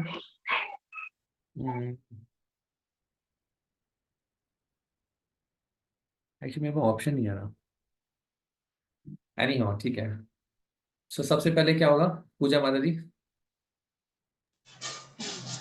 प्रभु चाह कर भी हमसे कोई गलती नहीं होगी, क्योंकि भगवान हमेशा हमारे साथ है। मतलब कोई भी गलत कार्य करेंगे तो हमें अंदर से एक आवाज आती है कि ये नहीं करना है। गलती नहीं करेंगे, यानी किसी को झूठ नहीं बोलेंगे, किसी का गलत नहीं करेंगे, है ना? कुछ भी करने से पहले सोचेंगे, है ना? आ, और दूसरा, सबसे पहले अगर ये ज्ञान हो जाए कि भगवान मेरे साथ हमेशा साथ रहते हैं, और कभी ज्ञान ना भूले हम, तो सबसे पहले आपको कितनी शांति मिलेगी। आप हमेशा निडर रहेंगे, हर चीज पे किस पे, क्या गई, भगवान पे डिपेंड रहेंगे। इसलिए ज्ञान बहुत जरूरी है। तो ये हल्की बात नहीं कि भगवान कह रहे हैं मैं आपके सबके साथ हूँ। हाँ, क्षेत्रज्ञ मैं भी हूँ, भगवान कह रहे हैं आप तो क्षेत्र। दो तरह के क्षेत्रज्ञ बता रहे हैं भगवान, क्या है? दो तरह के क्षेत्रज्ञ होते हैं, एक है हम, जो है आत्मा, जो इस शरीर में रहती है। भगवान क्या कह रहे हैं, एक क्षेत्रज्ञ मैं भी हूँ। शोभा जी, हरे कृष्णा शोभा जी। कोई नंबर है कि ये सुना ना तेरा हम्म, तेरा अभिमन्यु जो इनका नंबर है good good is having good time with family okay done उन्होंने बंद कर लिया कोई जरूरत नहीं है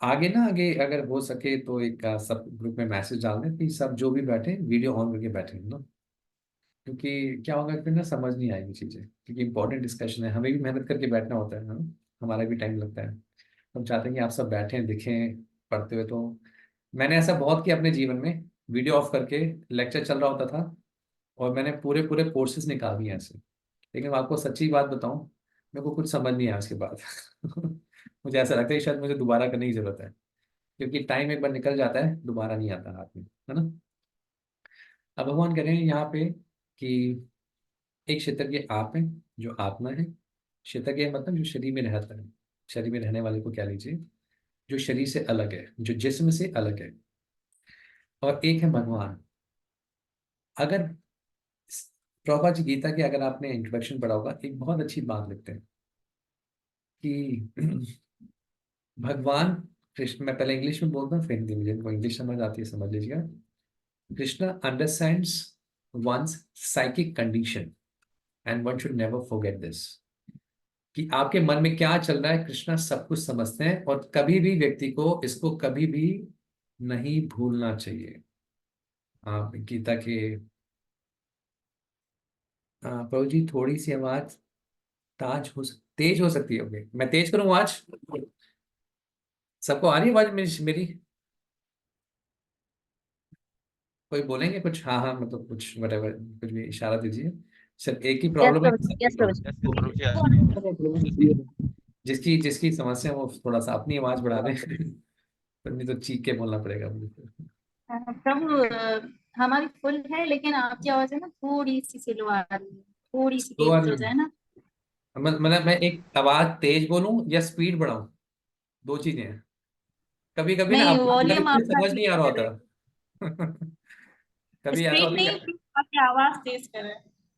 आई थिंक सर ईयरफोन भी लगा के माती थोड़ी हेल्प मिल जाएगी कभी कभी आवाज आ रही होती है समझ नहीं आ रहा होता तो ये भी हो जाता है कभी कभी तो हाँ कभी किसी को भूलना नहीं चाहिए कृष्ण आपके साथ है आ, हर चीज का ना ज्ञान का एक प्रैक्टिकल एस्पेक्ट होता है ये ज्ञान की बात है इसको अपने जीवन में कैसे देखें तो पहला है प्रैक्टिकल एस्पेक्ट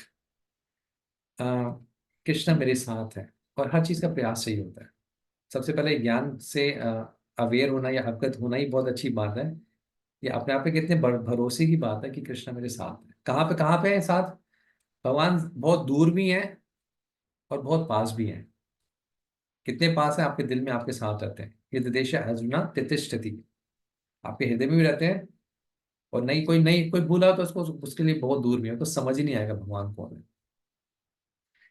तो इस श्लोक में भगवान ने ये बोला कि मैं हर किसी को जानता हूँ हर नोर इन ऑल द बॉडीज हम देखिए हम अपने आप को नहीं जान पाते इस दुनिया में जो आपको जानता है अच्छे से वो फिर एक ही व्यक्ति है कौन है कृष्णा है ना इस दुनिया में जो परफेक्ट व्यक्ति है वो सिर्फ एक ही व्यक्ति है कौन है कृष्णा तभी तो कहा अपने आप को जानना इतना मुश्किल होता है हम अपने आप को नहीं जान पाते लेकिन भगवान हूबहू जान दे तभी भगवान की जो शुद्ध ऐसी प्रार्थना करते हैं भगवान जो आपकी इच्छा वैसे रखो मारो भी रखो भी जो इच्छा त्योहार क्योंकि भगवान जानते हैं सब कुछ है ना और भगवान की कहते हैं, इस शरीर अभी फिर किसी को होना है इस शरीर को और जानना इसके ज्ञाता को जानना इसको कहते हैं ज्ञान यानी अपने शरीर को जानना ये शरीर कहाँ से भौतिक प्रकृति से आया है प्रकृति के क्या क्या तत्व है उसको जानना और ये शरीर के अंदर कौन कौन रहता है आत्मा यानी खुद को जानना या परमात्मा को जानना दोनों को जानना इसको कहते हैं ज्ञान आगे प्रभुपाद जी समझाते हैं हम्म, तीन चीजें हैं, ईश्वर जीव और प्रकृति इन तीनों को समझना कि इस चीजों की यहाँ पर इस पूरे चैप्टर का जो सार है तीन चीजों को ईश्वर जीव और प्रकृति को समझना यहाँ पे प्रॉब्लम सुपर नोअर मतलब भगवान सबको जानते हैं और जो इन चीजों को समझता है वास्तव में प्रॉपर लिखते हैं वो ज्ञान को समझ सकता है, 3 चीजों को। तो आगे है कोई कह सकता है मैं शरीर का मालिक हूँ, ये शरीर मेरा है, लेकिन भगवान हर शरीर के मालिक है। शरीर के मालिक व्यक्ति खुद नहीं है, भगवान है वास्तव में।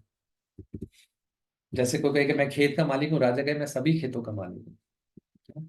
तो ये फर्क है। अब ना एक चीज इसमें आती है, शायद जहाँ पे आता है ना 3 चीजें की।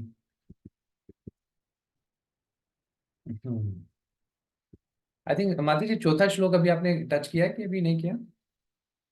आपने अभी टच करना शुरू कर दिया ना? यस, कर लिया था। हाँ हाँ। अब चौथे श्लोक में क्या बात हो रही है? अभी हमने 3 श्लोक तक क्लियर कर लिया। पहले श्लोक में प्रश्न पूछे, पहले 2 श्लोक में प्रश्न पूछे, ठीक है। और इसके बाद फिर दूसरे तीसरे श्लोक में क्षेत्र और क्षेत्रज्ञ के बारे में जाना। क्षेत्र मतलब शरीर के बारे में, और क्षेत्रज्ञ भगवान इस शरीर में रहते हैं एक जीवात्मा के साथ। भगवान सभी के शरीर में रहते हैं, लेकिन एक क्षेत्रज्ञ जो है, जो हम है आत्मा, वो एक, दोनों को क्षेत्रज्ञ कहते हैं। आत्मा को भी क्षेत्रज्ञ कहते हैं, परमात्मा को भी क्षेत्रज्ञ कहते हैं, लेकिन दोनों में फर्क है और दोनों अलग अलग है। दोनों समान नहीं है, दोनों अलग अलग है। एक क्षेत्रज्ञ है जो परमात्मा, जो सभी के शरीर को जानते हैं। एक क्षेत्रज्ञ है जो अपने शरीर को भी इम्परफेक्टली जानता है, पूरी तरीके से नहीं जानता, थोड़ा बहुत जानता है। हमें नहीं पता हम जो खाना खाते हैं कैसे पचता है, कैसे जाता है, हमें नहीं पता ना अपने शरीर के, यानी हमें अपने शरीर का भी ज्ञान नहीं है। ये बहुत बड़ी साइंस है। साइंस ये ढूंढती खाना शरीर में कैसे जाता है, कैसे जूस बनता है, 7 धातु में बढ़ता है, कैसे इंटेंसाइज में, छोटी इंटेस्टाइन में जाता है, फिर बड़ी इंटेस्टाइन में जाता है, वो कैसे घूमता है, वो भी यू शेप में होती है इंटेस्टाइन, कैसे खाना ऊपर आता है। ये अपने आप में बड़ी साइंस है। यानी हमें अपने शरीर का नहीं पता, कैसे शरीर में इतने सारे जीवाणु दूसरे जीवाणु से लड़ रहे होते हैं, कैसे हमारा शरीर कार्य कर रहा है, सब कुछ बिल्कुल। कोई इन्फेक्शन आता है अपने आप ही शरीर उसको ठीक कर देता है, हील कर देता है। तो हमें अपने शरीर के बारे में पता कैसे शरीर काम करता है। इसमें बड़ी एक चीज पे इतनी साइंस की नॉलेज है। चाहे किसी दांत का दर्द है, किसी का आंखों का, हर एक बॉडी अंग पे एक अपनी साइंस है, अपनी फील्ड है ना। जो आप में से कोई डॉक्टर्स होंगे, तो हमें अपने शरीर के बारे में कुछ नहीं पता ज्ञान, लेकिन भगवान सबके शरीर के बारे में सब कुछ जानते हैं, और सबके कर्मों के बारे में सब कुछ जानते हैं। तो इसलिए वो भगवान है। आगे एक सेकेंड। अब चौथे श्लोक में अब ये जो माता जी ने बताया, क्या क्या पूछा जा रहा है कि 6 चीजें पूछी जा रही है यहाँ पर अगर देखा जाए। पहली चीज क्या है कि शरीर किससे बना है, आप लिख सकते हैं शरीर किससे बना है। दूसरी चीज, शरीर की क्वालिटीज क्या है, शरीर के गुण क्या है। तीसरी चीज, शरीर में क्या क्या विकार आते हैं, चेंजेस लिखा ना, व्हाट इट चेंजेस आर, क्या क्या विकार आते हैं, चेंजेस क्या आते हैं, बदलाव क्या क्या आते हैं शरीर में। शरीर आता कहाँ से है ना, ओरिजिनल बॉडी। आगे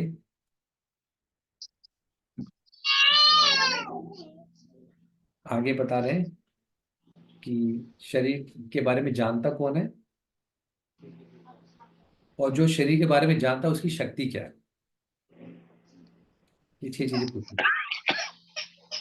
इन्फ्लुएंसेस लिख रहा है ना यहाँ पे, इन्फ्लुएंसेस आ रहा है, ठीक है। शरीर के बारे में कौन जानता है, उसकी शक्ति क्या है। भागवत प्रभु वॉइस बंद कर लें अपनी। ठीक है जी। मैं इस श्रोते को थोड़ा सा, मैं प्रभा जी तात्पर्य से मैं कुछ बताने का प्रयास करता हूँ, उसके बाद फिर माता जी आगे बढ़े।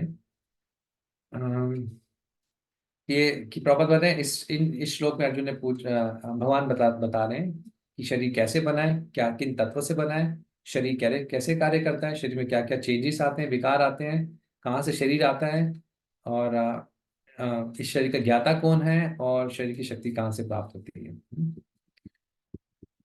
तो ये जैसे they difference influence and they potentials, है ना, शरीर के जो ज्ञाता है उसकी शक्ति क्या है। तो भगवान ये सब कुछ समझा रहे हैं। अब 5वें श्लोक से बात ही शुरू करें, फिर मैं आगे आगे बढ़ता हूँ। 5वां श्लोक कोई रीड करना चाहेगा?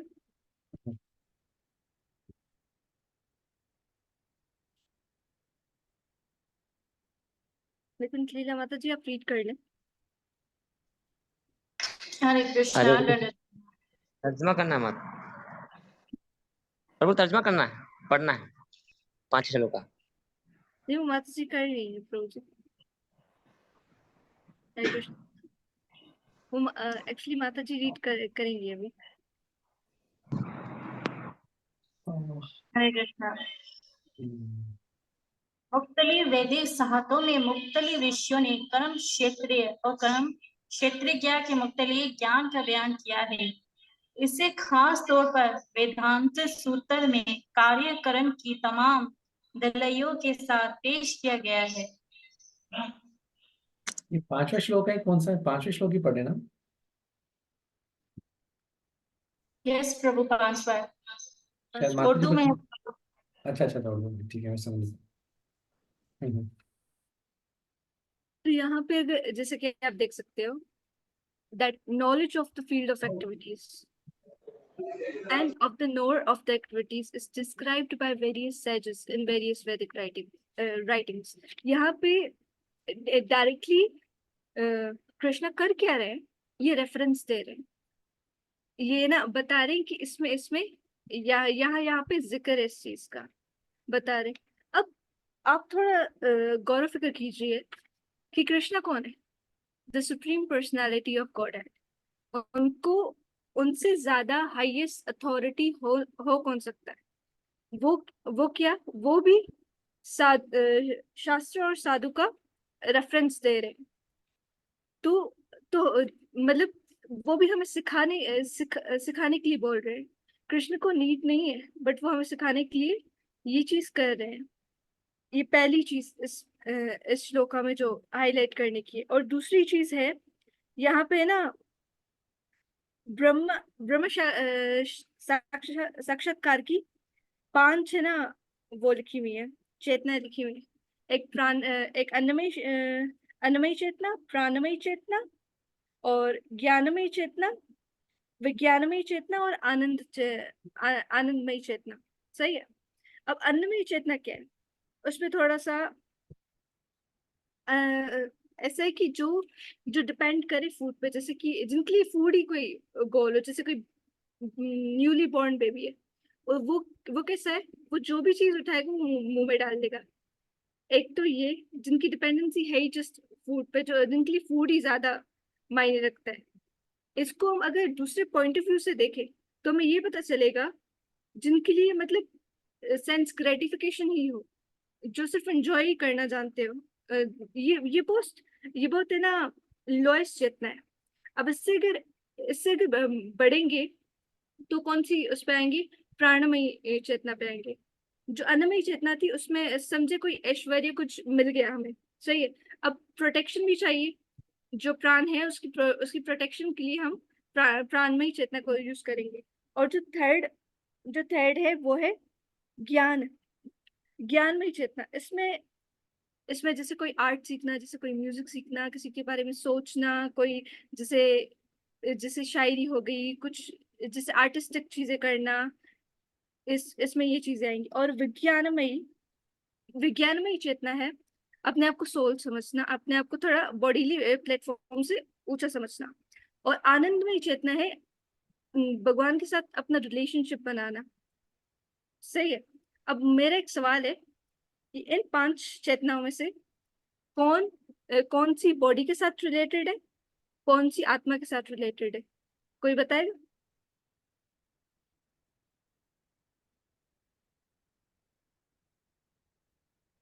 इन 5। जो फर्स्ट वन था, जो फूड वाला था, वो बॉडी के साथ है। हाँ और सेकंड समझ नहीं आया था, वॉइस बहुत। ओके। थर्ड समझ में आया? माता जी वो थोड़ा आप रिपीट कर देंगे, क्योंकि बीच में ना वो वॉइस थोड़ी सी जैसे ब्रेक हो रही थी, तो अच्छा समझ नहीं आया। एक सेकंड, लिखवा दो माता जी, लिखवा दो 5 चीजें ना, फिर लिख के समझ आता है। यहाँ एक सेकंड में आपसे पढ़वा देती हूँ। उर्दू में पता नहीं कहाँ लिखा हो, बट मैं दिखाऊं उसको? एक पैरा छोड़ के उर्दू का भी सेकंड पैरा पे आप आओ। माला माला बेला माता जी।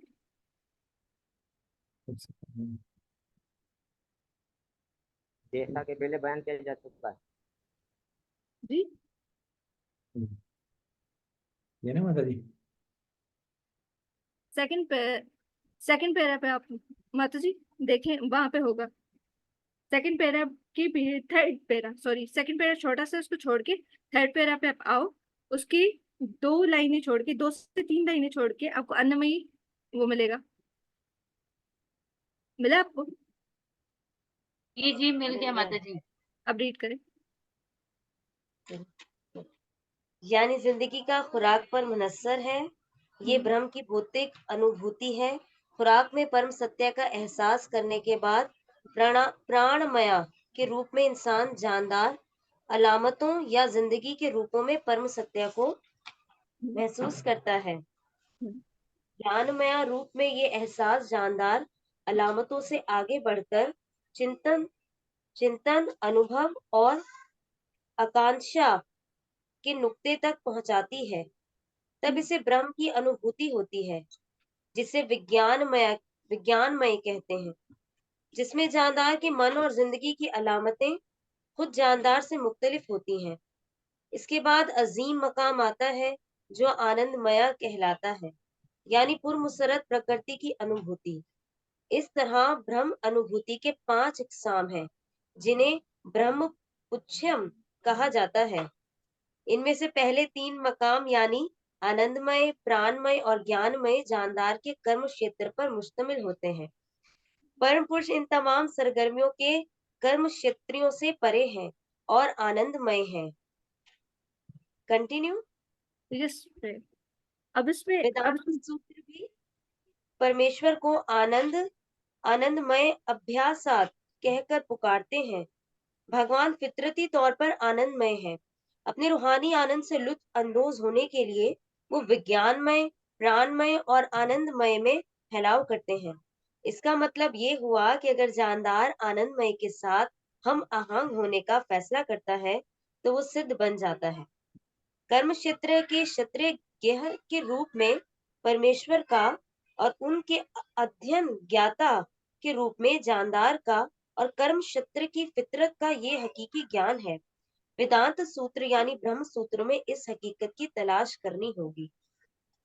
यहाँ ये जिक्र किया गया है कि बस तो ये पांच चेतनाएं हैं ब्रह्म साक्षात्कार की। पहली कौन सी? अन्नमयी, जो फूड पे डिपेंडेंट होंगे। दूसरी है प्राणमयी, सही है।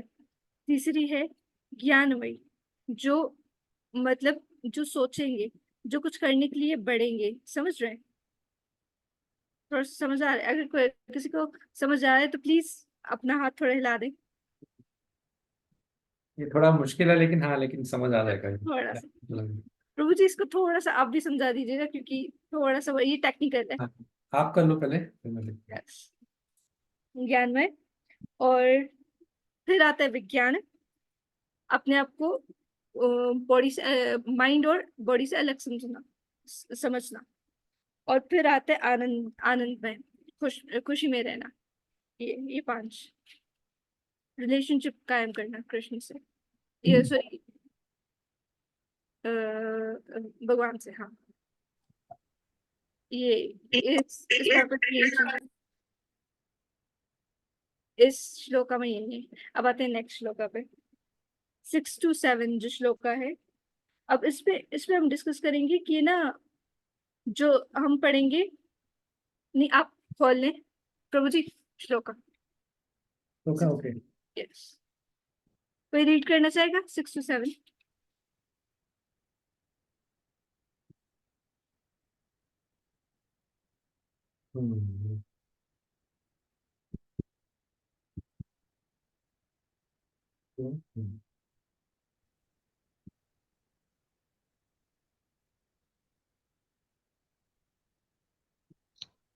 संस्कृत पढ़ना है माता जी, ट्राई करें, ज्यादा अच्छे से आती नहीं है। नहीं, भले आप संस्कृत पढ़ना चाहें, संस्कृत के साथ पढ़ना चाहें, या भले आप उर्दू पढ़ना चाहें, कोई मसला नहीं। उर्दू पढ़ लेती, मुझे इतनी अच्छी संस्कृत नहीं आती। ओके। महर्षियों की वैदिक स्तुति और वेदांत सूत्र के सूत्रों के तमाम प्रामाणिक कथनों 5 महातत्व, अहंकार, बुद्धि, अव्यक्त, 10 इंद्रियां, और मन 5 इंद्रियां विषय, इच्छा द्वेष, सुख दुख, मजमुआ जीवन, चेतना और पुख्ता यकीन, इन सबको मुक्तसरन कर्म क्षेत्र और इसका बाहमी अमल कहा जाता है। अब यहाँ पे पहला जो वर्ड यूज कहा किया गया है महाभूतानी, इसमें ये जो जो हमारे एलिमेंट्स है ना, 5 एलिमेंट्स होते हैं, जैसे अर्थ, वाटर, फायर, एयर, ईथर, जैसे पानी, आग, हवा, आसमान और वायु, ये 5 चीजें। ये पहली, ये 5 चीजें। सेकंड जो दूसरी है वो है अहंकार और बुद्धि। अहंकार माने अहंकार आप सब समझते होंगे, ईगो, फॉल्स ईगो या ईगो ही कह दे। और तीसरा है बुद्धि, ये 7वां, बुद्धि, इंटेलिजेंस। और अविक्तम, अविक्तम है कि unmanifested form of 3 modes of nature, जो मैनिफेस्ट ना हुई हो अभी तक। एक सेकंड थोड़ा,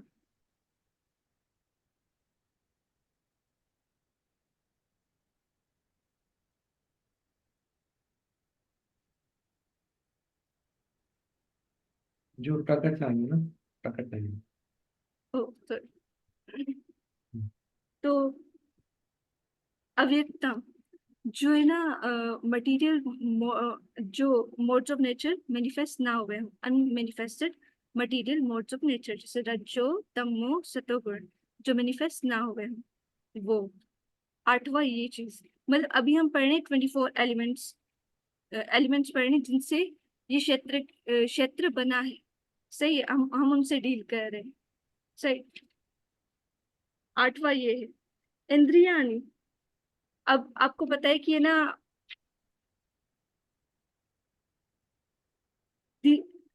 these are 5 great elements Mahabhut.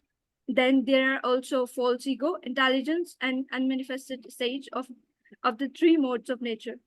Then there are 5 senses for acquiring knowledge. Knowledge हासिल करने के लिए, ज्ञान हासिल करने के लिए 5 इंद्रियां होती हैं हमारे पास। 8 वो हो गई, और 5 उसमें 5 प्लस करें, कितने हुए कोई बताएगा? 13। यस, अब आ गए थे। और 5 हमारे काम करने की जो इंद्रियां हैं वो प्लस कर दें।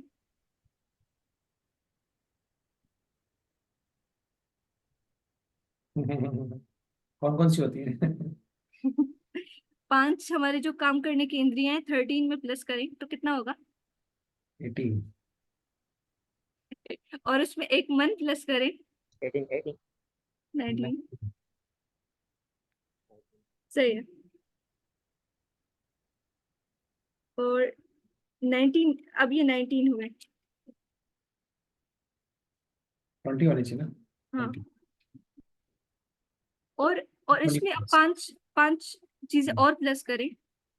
5 ऑब्जेक्ट ऑफ सेंसेस, हमारे जो सेंसेस हैं उनके कुछ ऑब्जेक्ट्स भी हैं, जैसे कान का सुनना, स्किन का टच फील करना, आंखों का देखना, ये 5 काम है। अब 19 में जब आप 5 प्लस करोगे तो कितने हुए? 24। सही है। अब ये 24 क्या करते हैं? हमारा क्षेत्र बनाते हैं। सही है। जो इन एलिमेंट्स को जान जाता है ना, वो क्षेत्र को जान जाता है। हम नहीं जानते, पर अगर हम इनको जानना चाहें और हम इनको जाने तो हम क्षेत्र को जान सकते हैं।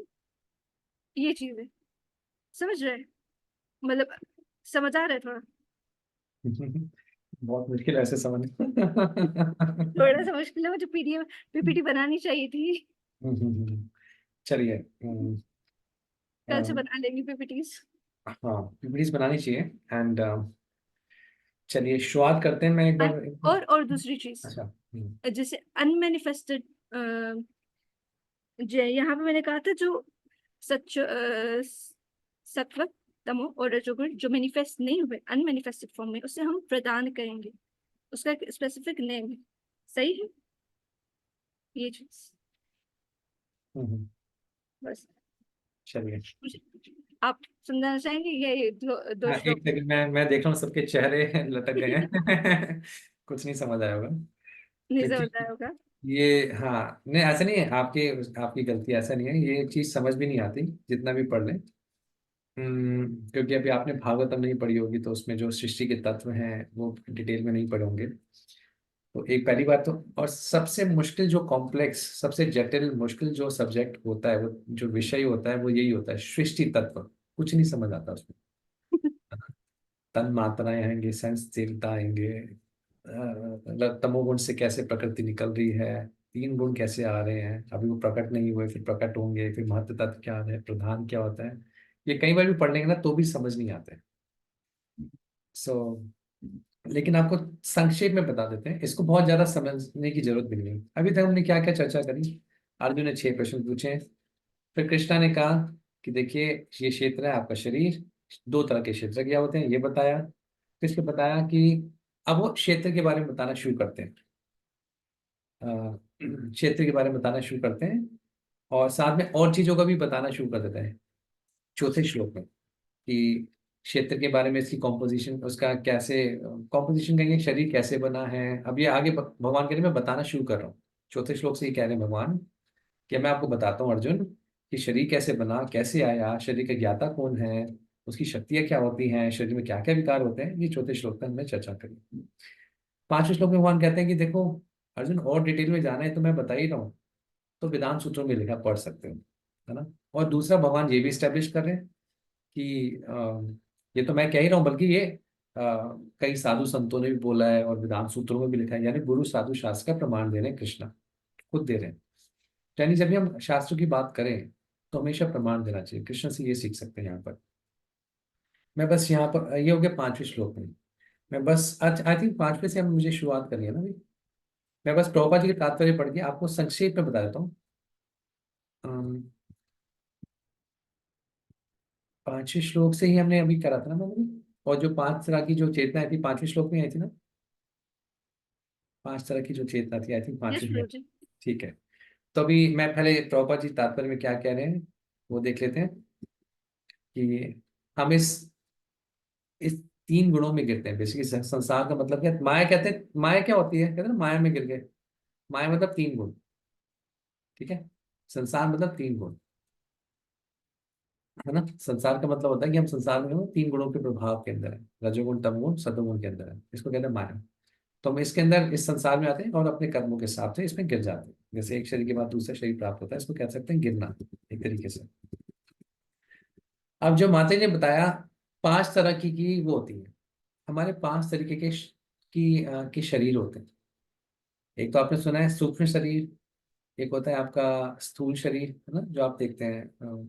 सूक्ष्म शरीर किसका था, मन बुद्धि अहंकार का। सूक्ष्म स्थूल शरीर जैसे पंच महाभूत का शरीर होता है।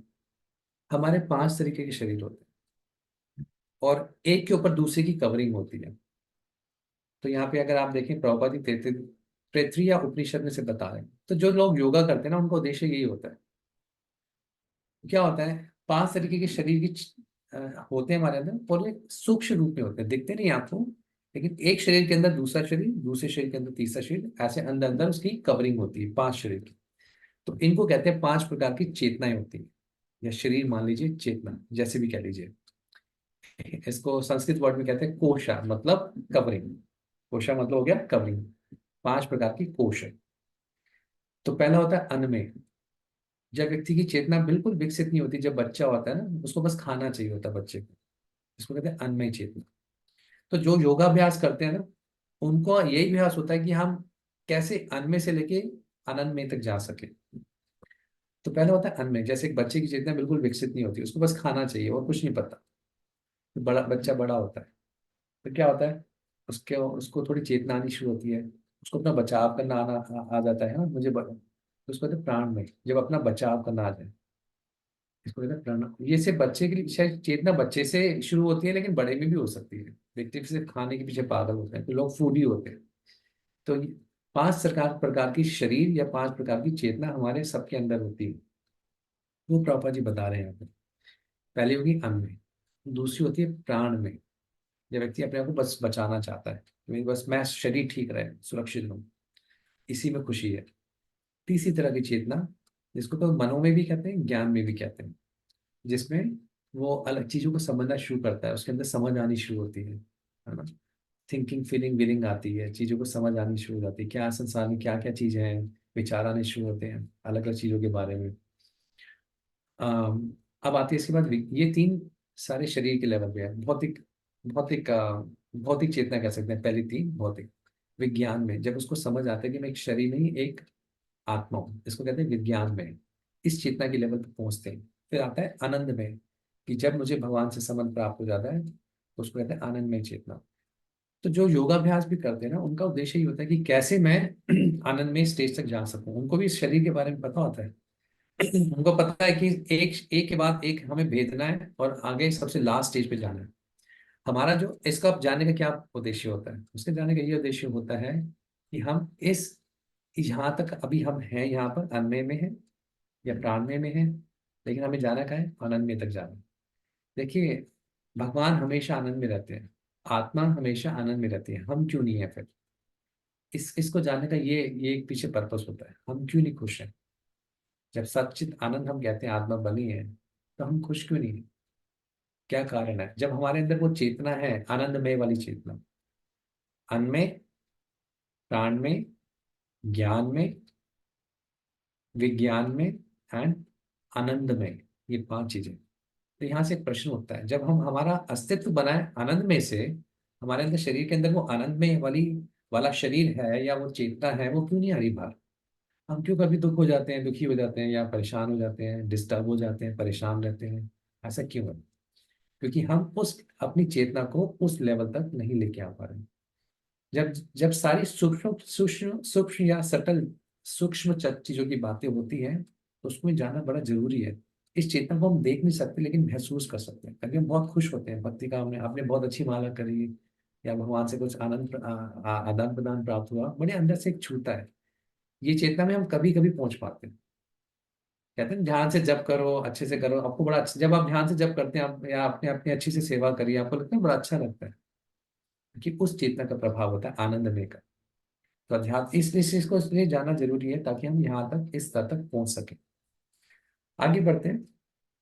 ये था कि पांच तरह की चेतना हमारे अंदर होती है, आनंद में चेतना तक हमें जाना है। छठे सातवें श्लोक में अगर देखा जाए तो मेनली जो बात करी गई है, मैं इसको आपको फोटो खींच के दे दूंगा, कि आपको 24 तत्व जो जिससे शरीर बना उसकी बातें करी गई है बस, जिसमें पांच महाभूत होते हैं। ये मैं आपको फोटो खींच दूंगा, क्योंकि लिख सकते हैं या बस मैं आपको माता जी ने बता ही दिया है। तो पांच प्रकार के जो पंच महाभूत होते हैं, पांच प्रकार की ज्ञानेंद्रियां होती हैं, कर्मेंद्रियां होती हैं, उसके विषय होते हैं, फिर मन बुद्धि अहंकार है, फिर एक चीज बताई जो अनमेनिफेस्ट मोड्स ऑफ नेचर, इसको कहते हैं कि जो अभी प्रकृति मैनिफेस्ट नहीं हुई है। ये थोड़ा समझना मुश्किल है, मैं मानता हूँ पहली बार नहीं समझ आएगा, इसकी मैं फोटो भेज देता हूँ। लेकिन भगवान एक तत्व के रूप से बता रहे हैं कि हाँ, ये हमारा शरीर इससे बना है, इवन तीन तीन गुणों से भी शरीर बना है। और फिर बता रहे हैं अलग अलग गुण होते हैं, इच्छा होती है, द्वेष होती है, ये सारे मन के विकार बता रहे हैं, मन में क्या क्या चीजें होती हैं बता रहे हैं। इच्छा, द्वेष, सुख, दुख, चेतना, कन्विक्शन, कुछ किसी कार्य को करने की दृढ़ता, ये सातवें श्लोक तक बस ये बताया। अब मैं आपको समराइज करता हूँ अभी तक सातवें श्लोक का, क्योंकि आठवें श्लोक से दूसरी चीज शुरू हो जाएगी। 6 प्रश्न पूछे, प्रकृति, पुरुष, क्षेत्रम, क्षेत्रज्ञम, ज्ञेयम और ज्ञानम। ठीक है, ये 6 प्रश्न पूछे। अब भगवान क्या किसका उत्तर दे रहे हैं? पहले दूसरे से 7 में 3 चीजों का उत्तर दिया भगवान ने। श्लोक नंबर 3 से लेके आप 7 तक किस किस का दिया है? क्षेत्र क्या बताया भगवान ने, कि शरीर में कौन ज्ञाता है? एक है आत्मा, एक है परमात्मा। भगवान ने क्या बताया? ज्ञान के बारे में बताया, इस चीज को ज्ञान कहते हैं। और तीसरा, आगे भगवान ऑब्जेक्ट ऑफ नॉलेज बताएंगे आगे इसके बाद। ठीक है, आगे से जो अब 8वें श्लोक से हम ऑब्जेक्ट ऑफ नॉलेज के बारे में बताएंगे। तो अभी तक ये डिस्कस किया, शरीर में क्या होता है, शरीर कैसे बना है, आगे भगवान बताना शुरू करेंगे। लेकिन अब पहले बताते हैं शरीर कैसे आया है। 24 तत्वों से शरीर बना है, प्रकृति से शरीर बना है। अब प्रकृति से निकलना कैसे है, इसके बारे में बताते हैं। ठीक है, अब मैं आगे बढ़ता हूँ। थोड़ा सा माती मैं कवर कर लेता हूँ, उसके बाद आप थोड़ा सा कवर कर लीजिएगा, क्योंकि मैं चाहता हूँ कि क्लास हम टाइम से खत्म करें एंड कुछ टाइम क्वेश्चन से करें। ये देखिए थोड़ा सा टेक्निकल है, मानता हूँ ये पहली बारी में नहीं समझ आता।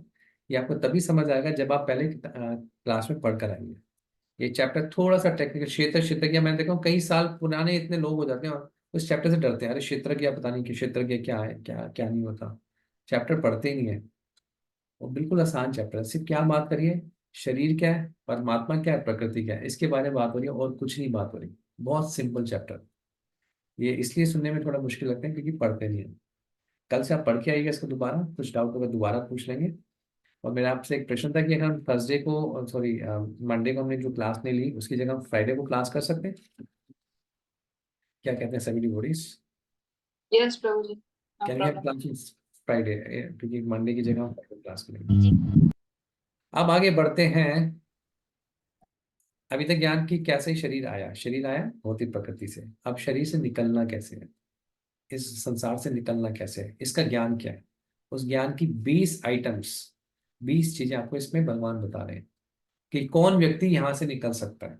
और कह रहे हैं जिसके अंदर एक चीज आ गई 19 अपने आप आ जाती है। अब भगवान 20 चीजें बताएंगे जैसे यहां से निकला जाता है। ऐसे ये गुण है, 20 गुण है या 20 प्रैक्टिसेस कह सकते हैं। बेसिकली गुण है 20 क्वालिटीज, 20 गुण है जिससे आप इस संसार से कैसे निकल सकते हो। अब ये बता रहे संसार में फंसे कैसे? भौतिक प्रकृति के कारण। किन के कारण? 3 गुणों के कारण। 24 तत्वों के अंदर हमारा शरीर पैक्ड है, आत्मा के अंदर भोगने की प्रवृत्ति है, उसके कारण फंसा पड़े। अब निकलना कैसे है? अब हमारे ज्ञान कैसे लो, पहले ये ज्ञान के बारे में सुनो क्या है। इन 20 चीजों को भगवान कहते हैं ज्ञान है, इसके अलावा सब कुछ अज्ञान है। जिसके पास ये 20 चीजें हैं वो वास्तव में ज्ञान वाला व्यक्ति है, बाकी सब कुछ अज्ञान है इसके, है ना। तो कभी आपको संसार में मिले कि इतने इतने नॉलेजेबल व्यक्ति हैं, कोई बहुत लर्नेड मिले, बहुत ज्ञानवान व्यक्ति मिले, आप चेक किए उसमें अंदर ये 20 चीजें हैं? नहीं है, अज्ञानी व्यक्ति है। भौतिक ज्ञान और आध्यात्मिक ज्ञान में बहुत फर्क है, जमीन आसमान का। भौतिक ज्ञान इस संसार में दोबारा दोबारा जन्म लेके आता है, आध्यात्मिक ज्ञान इस बताता है इस संसार से कैसे निकलना है। इसलिए भौतिक चीज आध्यात्मिक चीज की कभी तुलना नहीं हो सकती। इसलिए भौतिक ज्ञान का कभी अभिमान भी नहीं होना चाहिए, क्योंकि आपको यहीं पे रखेगा। कोई जितना भी ज्ञान वाला हो ठीक है, लेकिन कुछ फायदा नहीं, यूजलेस। ठीक है, आगे बढ़ते हैं। अब 8 से 12 की आइटम है। तो एक एक आइटम जिसके अंदर है उसके अंदर सारी 20 की 20 आइटम, 19 आइटम अपने आप आ जाएंगी। वो क्या चीज है, इसको पढ़ते हैं पहले। तो बात की शुरुआत कीजिए, इसके बाद फिर मैं आगे लेता हूँ। मुझे लगता है कि मैं कल ही लूंगा, आप जो बोलना है आज बोल लीजिए।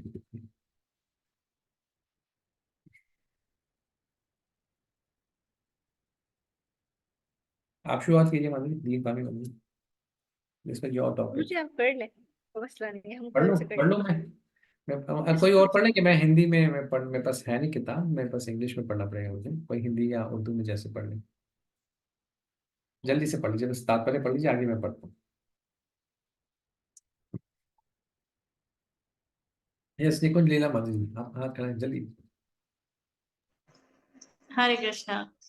विनम्रता, अहंकार, गुरु के बगैर रहना, हिंसा, दहशत न करना, बर्दाश्त, सादगी, सच्चे रूहानी गुरु के पास जाना, पवित्रता, स्थिरता, पक्तगी, आत्मा संयम, खुद पर काबू पाना, इंद्रिय तिरपत्ति को छोड़ना, अहंकार के गैर मौजूदगी, जन्म मृत्यु बुढ़ापे और बीमारी की बुराई को याद रखना, वैराग्य, लगाव से दूर रहना, बच्चे बीवी घर गृहस्थी वगैरह के मोह से मुक्त, अच्छाई और बुराई में संभव, मेरी शुद्ध भक्ति में मसलसल साबित कदम रहना, तन्हाई में रहने की ख्वाहिश, आम दुनियावी लोगों से ला ताल्लुकी, आत्म साक्षात्कार की अहमियत को मानना और परम सत्य की फलसफाना खोज, इन सब को मैं ज्ञान करार देता हूँ और इसके अलावा जो भी है वो सब अज्ञान है।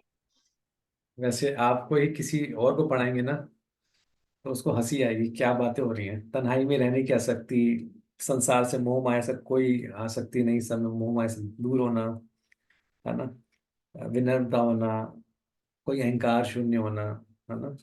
जैसे कुछ एक दो आइटम बनाए, किसी को आप कहेंगे ये भगवान कह रहे हैं ज्ञान है, तन्हाई में रहने से आसक्ति, आप उसको कैसे समझाएंगे? सुन के लगेगा पता नहीं क्या बातें हो रही हैं। इसको पढ़ के क्या लगता है आपको? मान लीजिए जो जो आपने कुछ कुछ जो जो आइटम, एक आधी आइटम जो भी समझ आई होगी। जैसे मैं बोलता हूँ, तन्हाई में रहने की आसक्ति, सुख दुख में संभाव रहना, विरक्ति होना, है ना, घर गृहस्थी से मोह से दूर होना, किसी से आसक्ति ना होना, सहनशील होना, है ना, कोई विनम्रता होना। इसको लेके क्या लगता है आपको, ये क्या चीज, क्या मतलब ये ज्ञान कैसा और कैसे ज्ञान होता है? आपका क्या विचार है इसमें जब आप ये ज्ञान की बातें सुनते हैं? तो श्रीमती राधिका माता जी। हरे कृष्णा प्रभु जी, धन्यवाद। हाँ जी। प्रभु जी, जैसे जो ये सारे गुण है, ये भगवान को अट्रैक्ट कर रहे हैं। और ऐसा लग रहा है कि हम भगवान के नजदीक जा रहे हैं, क्योंकि ये सारी चीजें ही भगवान को अट्रैक्ट कर सकती है। विनम्र होना, तन्हाई में रहने से सहिष्णुता। आसक्ति से भगवान कैसे मिलेंगे? वो तन्हाई इसीलिए क्योंकि जब सारे लोग भौतिक चीजें बातें कर रहे हैं, और हमें अटैच हो रहे हैं वहां पर, और गलत गलत चीजें हम सुन रहे हैं। लेकिन जब हम अकेले में ज्ञान का कुछ शास्त्र हम पढ़ रहे हैं, या भक्तों का संग लेके जब उसको अलग में उसको रियलाइज दुनिया करते हैं, तो में आई थिंक दुनिया में सबसे बड़ी सजा पता है क्या होती है? मैं अभी एक आइटम को लेता हूँ, बाकी तो मैं आगे चलूँ। अगर किसी को, आपको आपको कोई दुश्मन है, आपको सबसे ज्यादा सजा देनी है उसको। इतनी सजा कि उसको मैं मारने से भी ज्यादा सजा दूं, किसी को खत्म करने से। पता है क्या सजा होती है? उसको अकेला छोड़ दो, अकेला बंद कर दो, तड़प तड़प के व्यक्ति मरता है। इस दुनिया में जो जितनी भी सजाएं हैं, सबसे बड़ी सजा पता है क्या होती है?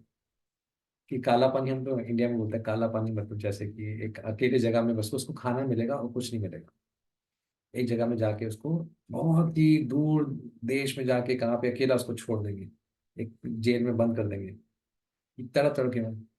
एक तो व्यक्ति मरता था, चलो किसी को फांसी की सजा दे दी, वो व्यक्ति मर गया। एक होगा तन्हाई की सजा। सो देखिए आप, मैं इस पे चर्चा करूंगा इसके ऊपर बाद में। आप देखिए जितने भी क्वालिटी, डिटैचमेंट संसार से, घर गृहस्थी से कोई मोह माया होना, विरक्ति आना, है ना, आप तन्हाई से आसक्ति होना, अपनी तन्हाई से, अकेलेपन से आसक्ति होना कि मुझे अकेले रहना है।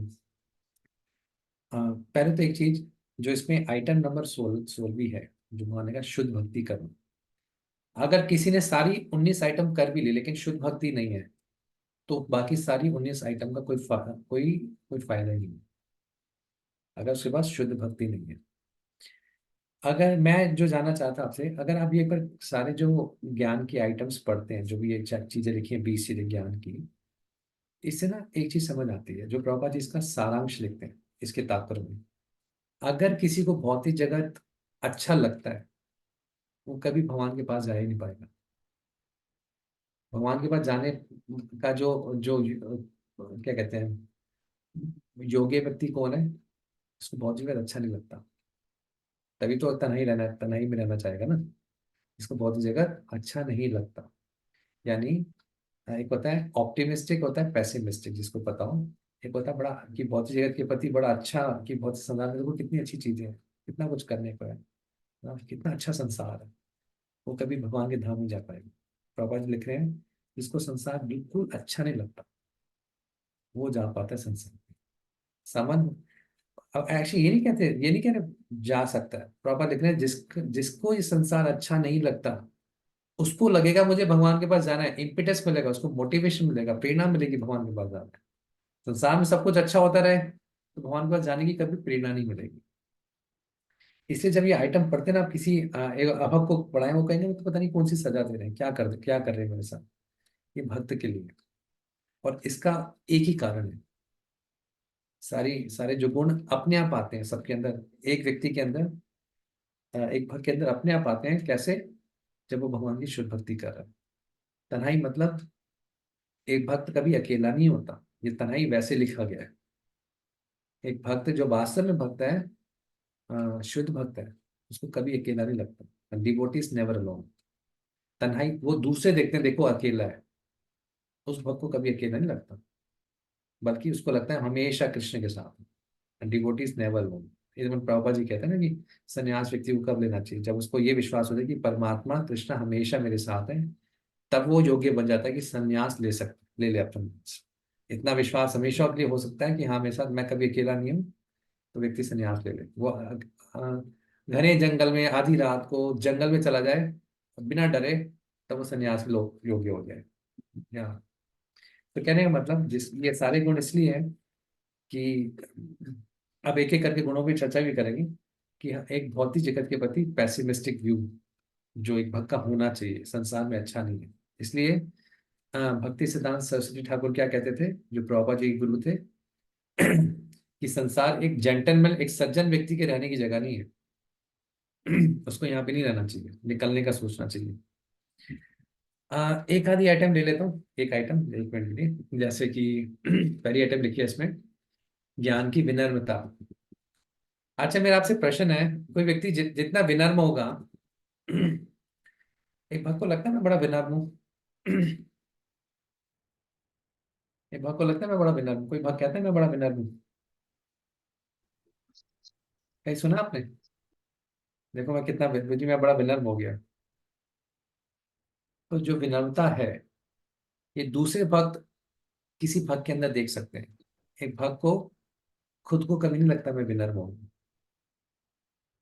कुछ गुण है जो व्यक्ति खुद प्रैक्टिस कर रहा होगा उसको पता नहीं होगा।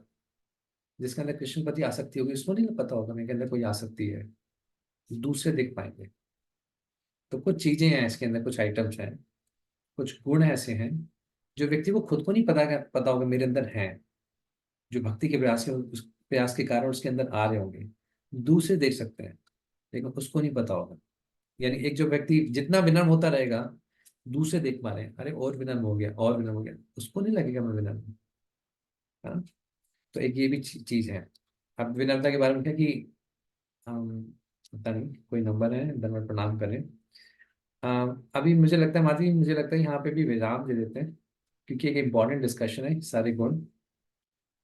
तो अभी तक हमने ये अर्जुन के 6 प्रश्न पूछे। अर्जुन ने 6 प्रश्न पूछे। पहले दूसरे श्लोक में क्षेत्रज्ञ क्षेत्रज्ञम, इसके बारे में पता लगा। क्षेत्रज्ञ क्या है? हमारा शरीर। क्षेत्रज्ञ कौन है? 2 तरीके के, आत्मा और परमात्मा। और फिर बता रहे भगवान शरीर किससे बना है? 24 तत्व। मैं आपको ये फोटो खींच के दे दूंगा, अगर आप बाद में लिख लीजिएगा, इतना वो डिटेल में है वैसे तो। और शरीर के गुणों के बाद जो मन के गुण हैं उनके बारे में कुछ चर्चा हुई है, बस थोड़ी बहुत। अब यहाँ से कैसे शरीर से निकलना है, कैसे संसार से निकलना है, इस क्षेत्र से कैसे निकलना है ना, इस फील्ड से कैसे निकलना है, उसके बारे में बता रहे भगवान। ये 20 गुण विकसित करने पड़ेंगे। उसमें सबसे पहला गुण क्या है? विनम्रता। संसार में कोई तड़ी दिखा के नहीं निकल सकता। विनम्रता किसके प्रति? भगवान के प्रति। विनम्र भाव किसके प्रति? वैष्णव के प्रति, गुरु के प्रति। अब विनम्रता का भी अपना एक एप्लीकेशन है, कहाँ पे विनम्र होना चाहिए, कहाँ नहीं होना चाहिए, वो चीज अलग चीज है। हाँ उस पर कल अलग से डिस्कस करेंगे। आपका कोई प्रश्न हो, ताकि हम क्लास टाइम से खत्म करना चाहते हैं। क्लास कभी भी शुरू हो लेकिन टाइम से पहले खत्म हो जाएगी एटलीस्ट, या हमारी क्लास में हम प्रयास करते हैं। कोई किसी का प्रश्न हो कुछ तो हम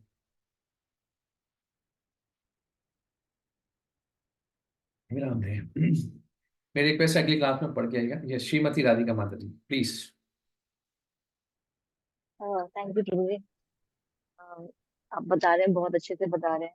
ये जो प्रभु जी आपने ये 6वां और 7वां जो श्लोक, उसमें जो बताया माता जी ने भी और आपने भी, वो प्रभु जी थोड़ा सा एक्सप्लेन, जो 5 इंद्रिय बस विषय। इसमें इतना समझिए, मैं इसमें आपको फोटो भेज दूंगा अर्जुन प्रभु को, वो आप इसमें पोस्ट कर देगा। इतना समझिए, बस ये बताया जा रहा है कि किन 24 तत्वों से शरीर बना है, बस। उसमें बहुत टेक्निकल जाने की जरूरत नहीं है। उसमें 5 पंच महाभूत आ जाते हैं, कर्मेंद्रिय आ जाते हैं, ज्ञानेंद्रिय आ जाते हैं, इंद्रियों के विषय आ जाते हैं। तो बस ये लिखा है 24, किन 24 तत्वों से ही शरीर बना, बस इसका भगवान ने वर्णन किया और कुछ नहीं। 6वें और 7वें श्लोक में पढ़ने में बड़ा कॉम्प्लिकेट, लैंग्वेज में बड़ा लग रहा है मुश्किल है, लेकिन सारांश में ये है कि 24 तत्वों का वर्णन किया और कुछ नहीं है इसमें। और कुछ?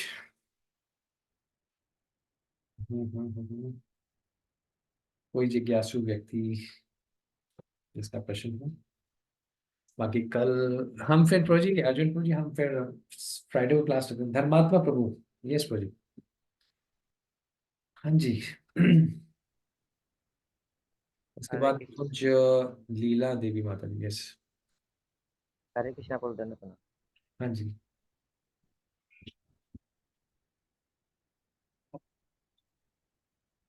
चलो हरे कृष्णा। प्रभु ये 5 वाला जो श्लोक था ना, तो उसमें 5 चेतना के बारे में आपने समझाया। तो माता जी एक सवाल पूछेगी ना कि जिस्म से कौन सी रिलेटिव है और आत्मा से कौन सी रिलेटिव है। तो प्रभु ये मतलब क्लियर नहीं हुआ था क्वेश्चन। सो दीन पावनी माता जी है यहाँ पे? नहीं है। माता जी बता दीजिए कौन सी जिस्म से रिलेटेड है। हाँ जी। जो शुरू वाली तीन है ना, वो जिस्म से रिलेटेड है, बाकी की 2 आत्मा से। अच्छा, इसका रीजन क्या है निकुंज माता जी? देखिए, खाने के पीछे भागना और सिर्फ अपने आप को बचाव के लिए रखना और सिर्फ इसको तीसरी वाले को मनो में या ज्ञान में दोनों कहते हैं। प्रॉपर जी ने अगर आप तात्पर्य में देखें तो थिंकिंग फीलिंग विलिंग लिखा है कि जब हमारे अंदर चेतना आनी शुरू होती है तो ये सिर्फ क्योंकि अभी परमात्मा और आत्मा तक नहीं जा पा रही, ये सिर्फ भौतिक लेवल पे है, इसलिए इसको जिस्म से रिलेटेड रखा गया है। 3 चेतना विज्ञान में और आनंद में ये आपको भगवान तक लेके जाती है, क्योंकि इसमें भगवान का अंश, क्योंकि आत्मा का विज्ञान में आत्मा का साक्षात्कार होता है, आनंद में भगवान का साक्षात्कार होता है, इसलिए ये आत्मा से रिलेटेड है। ठीक है दीपा प्रभु में विज्ञान में आत्मा का साक्षात्कार होता है और आनंदमयी में भगवान का साक्षात्कार होता है, ऐसा ना? हाँ जी, भगवान का। अब इससे क्या निष्कर्ष निकलता है? जैसे मैंने प्रश्न पूछा था कि भगवान तो हमेशा खुश रहते हैं, आत्मा भी सचित आनंद है, आनंद से बनी है, तो आत्मा क्यों नहीं खुश रह पा रही? हम इन संसार में क्यों खुश नहीं है? देखिए, सिद्धांतिक रूप से यहाँ पे एक प्रश्न आता है कि हम संसार में भगवान के अंश हैं, भगवान हमेशा खुश रहते हैं। प्रभु हमारी इच्छाओं की वजह से हम दुख नहीं, क्योंकि भगवान का साक्षात्कार नहीं, उस चेतना तक हम अभी पहुंचे नहीं। तो जी इन पहुंचो कि आप, ये मेरे को समझ नहीं आया, बस प्रतानी कुछ कहना चाह रहे हैं। क्योंकि भगवान का प्रभु जी इन 5 के नाम भी ग्रुप में भेज दीजिएगा ना। हाँ जी वो भेजेंगे। हाँ दीन पावनी मान लीजिए आप भेजिएगा, दोनों चीजें भेजिएगा, ठीक है? इसलिए मैं ग्रुप में नहीं हूँ। नहीं, वो अर्जुन को के थ्रू ना, ओ उनके थ्रू भेजेंगे, हाँ जो ग्रुप है उनके थ्रू भेजेंगे। सो इसलिए तभी कहते हैं भक्ति का क्यों चाहिए हमें, क्यों भक्ति का अभ्यास चाहिए? ताकि इस 5वीं चीज को हम भेज सके, इस पांचवें स्तर की जो चेतना तक वहां तक जा सके, कृष्ण का साक्षात्कार। तो मैंने शुरुआत यहीं से करी थी, आत्मा का साक्षात्कार और कृष्ण का साक्षात्कार साथ साथ चलता है। जितनी मात्रा में आप अपने आप को समझते हैं उतनी मात्रा में कृष्णा को समझते हैं। धर्मात्मा प्रभु, यस प्रभु जी।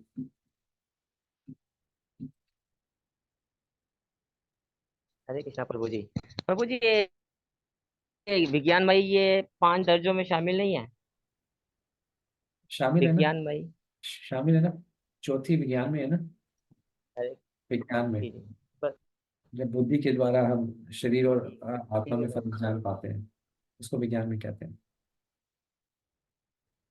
ठीक है, ओके, कल मिलते हैं। ठीक है, हरे कृष्णा। जगत गुरु श्रील प्रभुपाद की जय। निताई गौर प्रेमानंदे। हरि हरि। प्रभु यीशु भक्ति वेदांत स्वामी श्रील प्रभुपाद महाराज की जय। हिज ग्रेस रसाला प्रभु की जय। दीपावली माता जी की भी जय। तमाम जय विश्व हो। आप सबका बहुत बहुत धन्यवाद। तो मेरी आपसे प्रार्थना है कि कल मिलते हैं। हरे कृष्ण, दंडवत प्रणाम प्रभु। कल टाइम पे आए, अपनी वीडियो ऑन रखें और पढ़कर आए। कल सब लोगों से प्रार्थना है कि वीडियो ऑन रखिएगा और सब लोग टाइम पर आइएगा। हरे कृष्णा प्रभु जी, दंडवत प्रणाम। धन्यवाद। हरे कृष्ण। राजन प्रभु जी। हरि बोल, हरे कृष्णा। हाँ।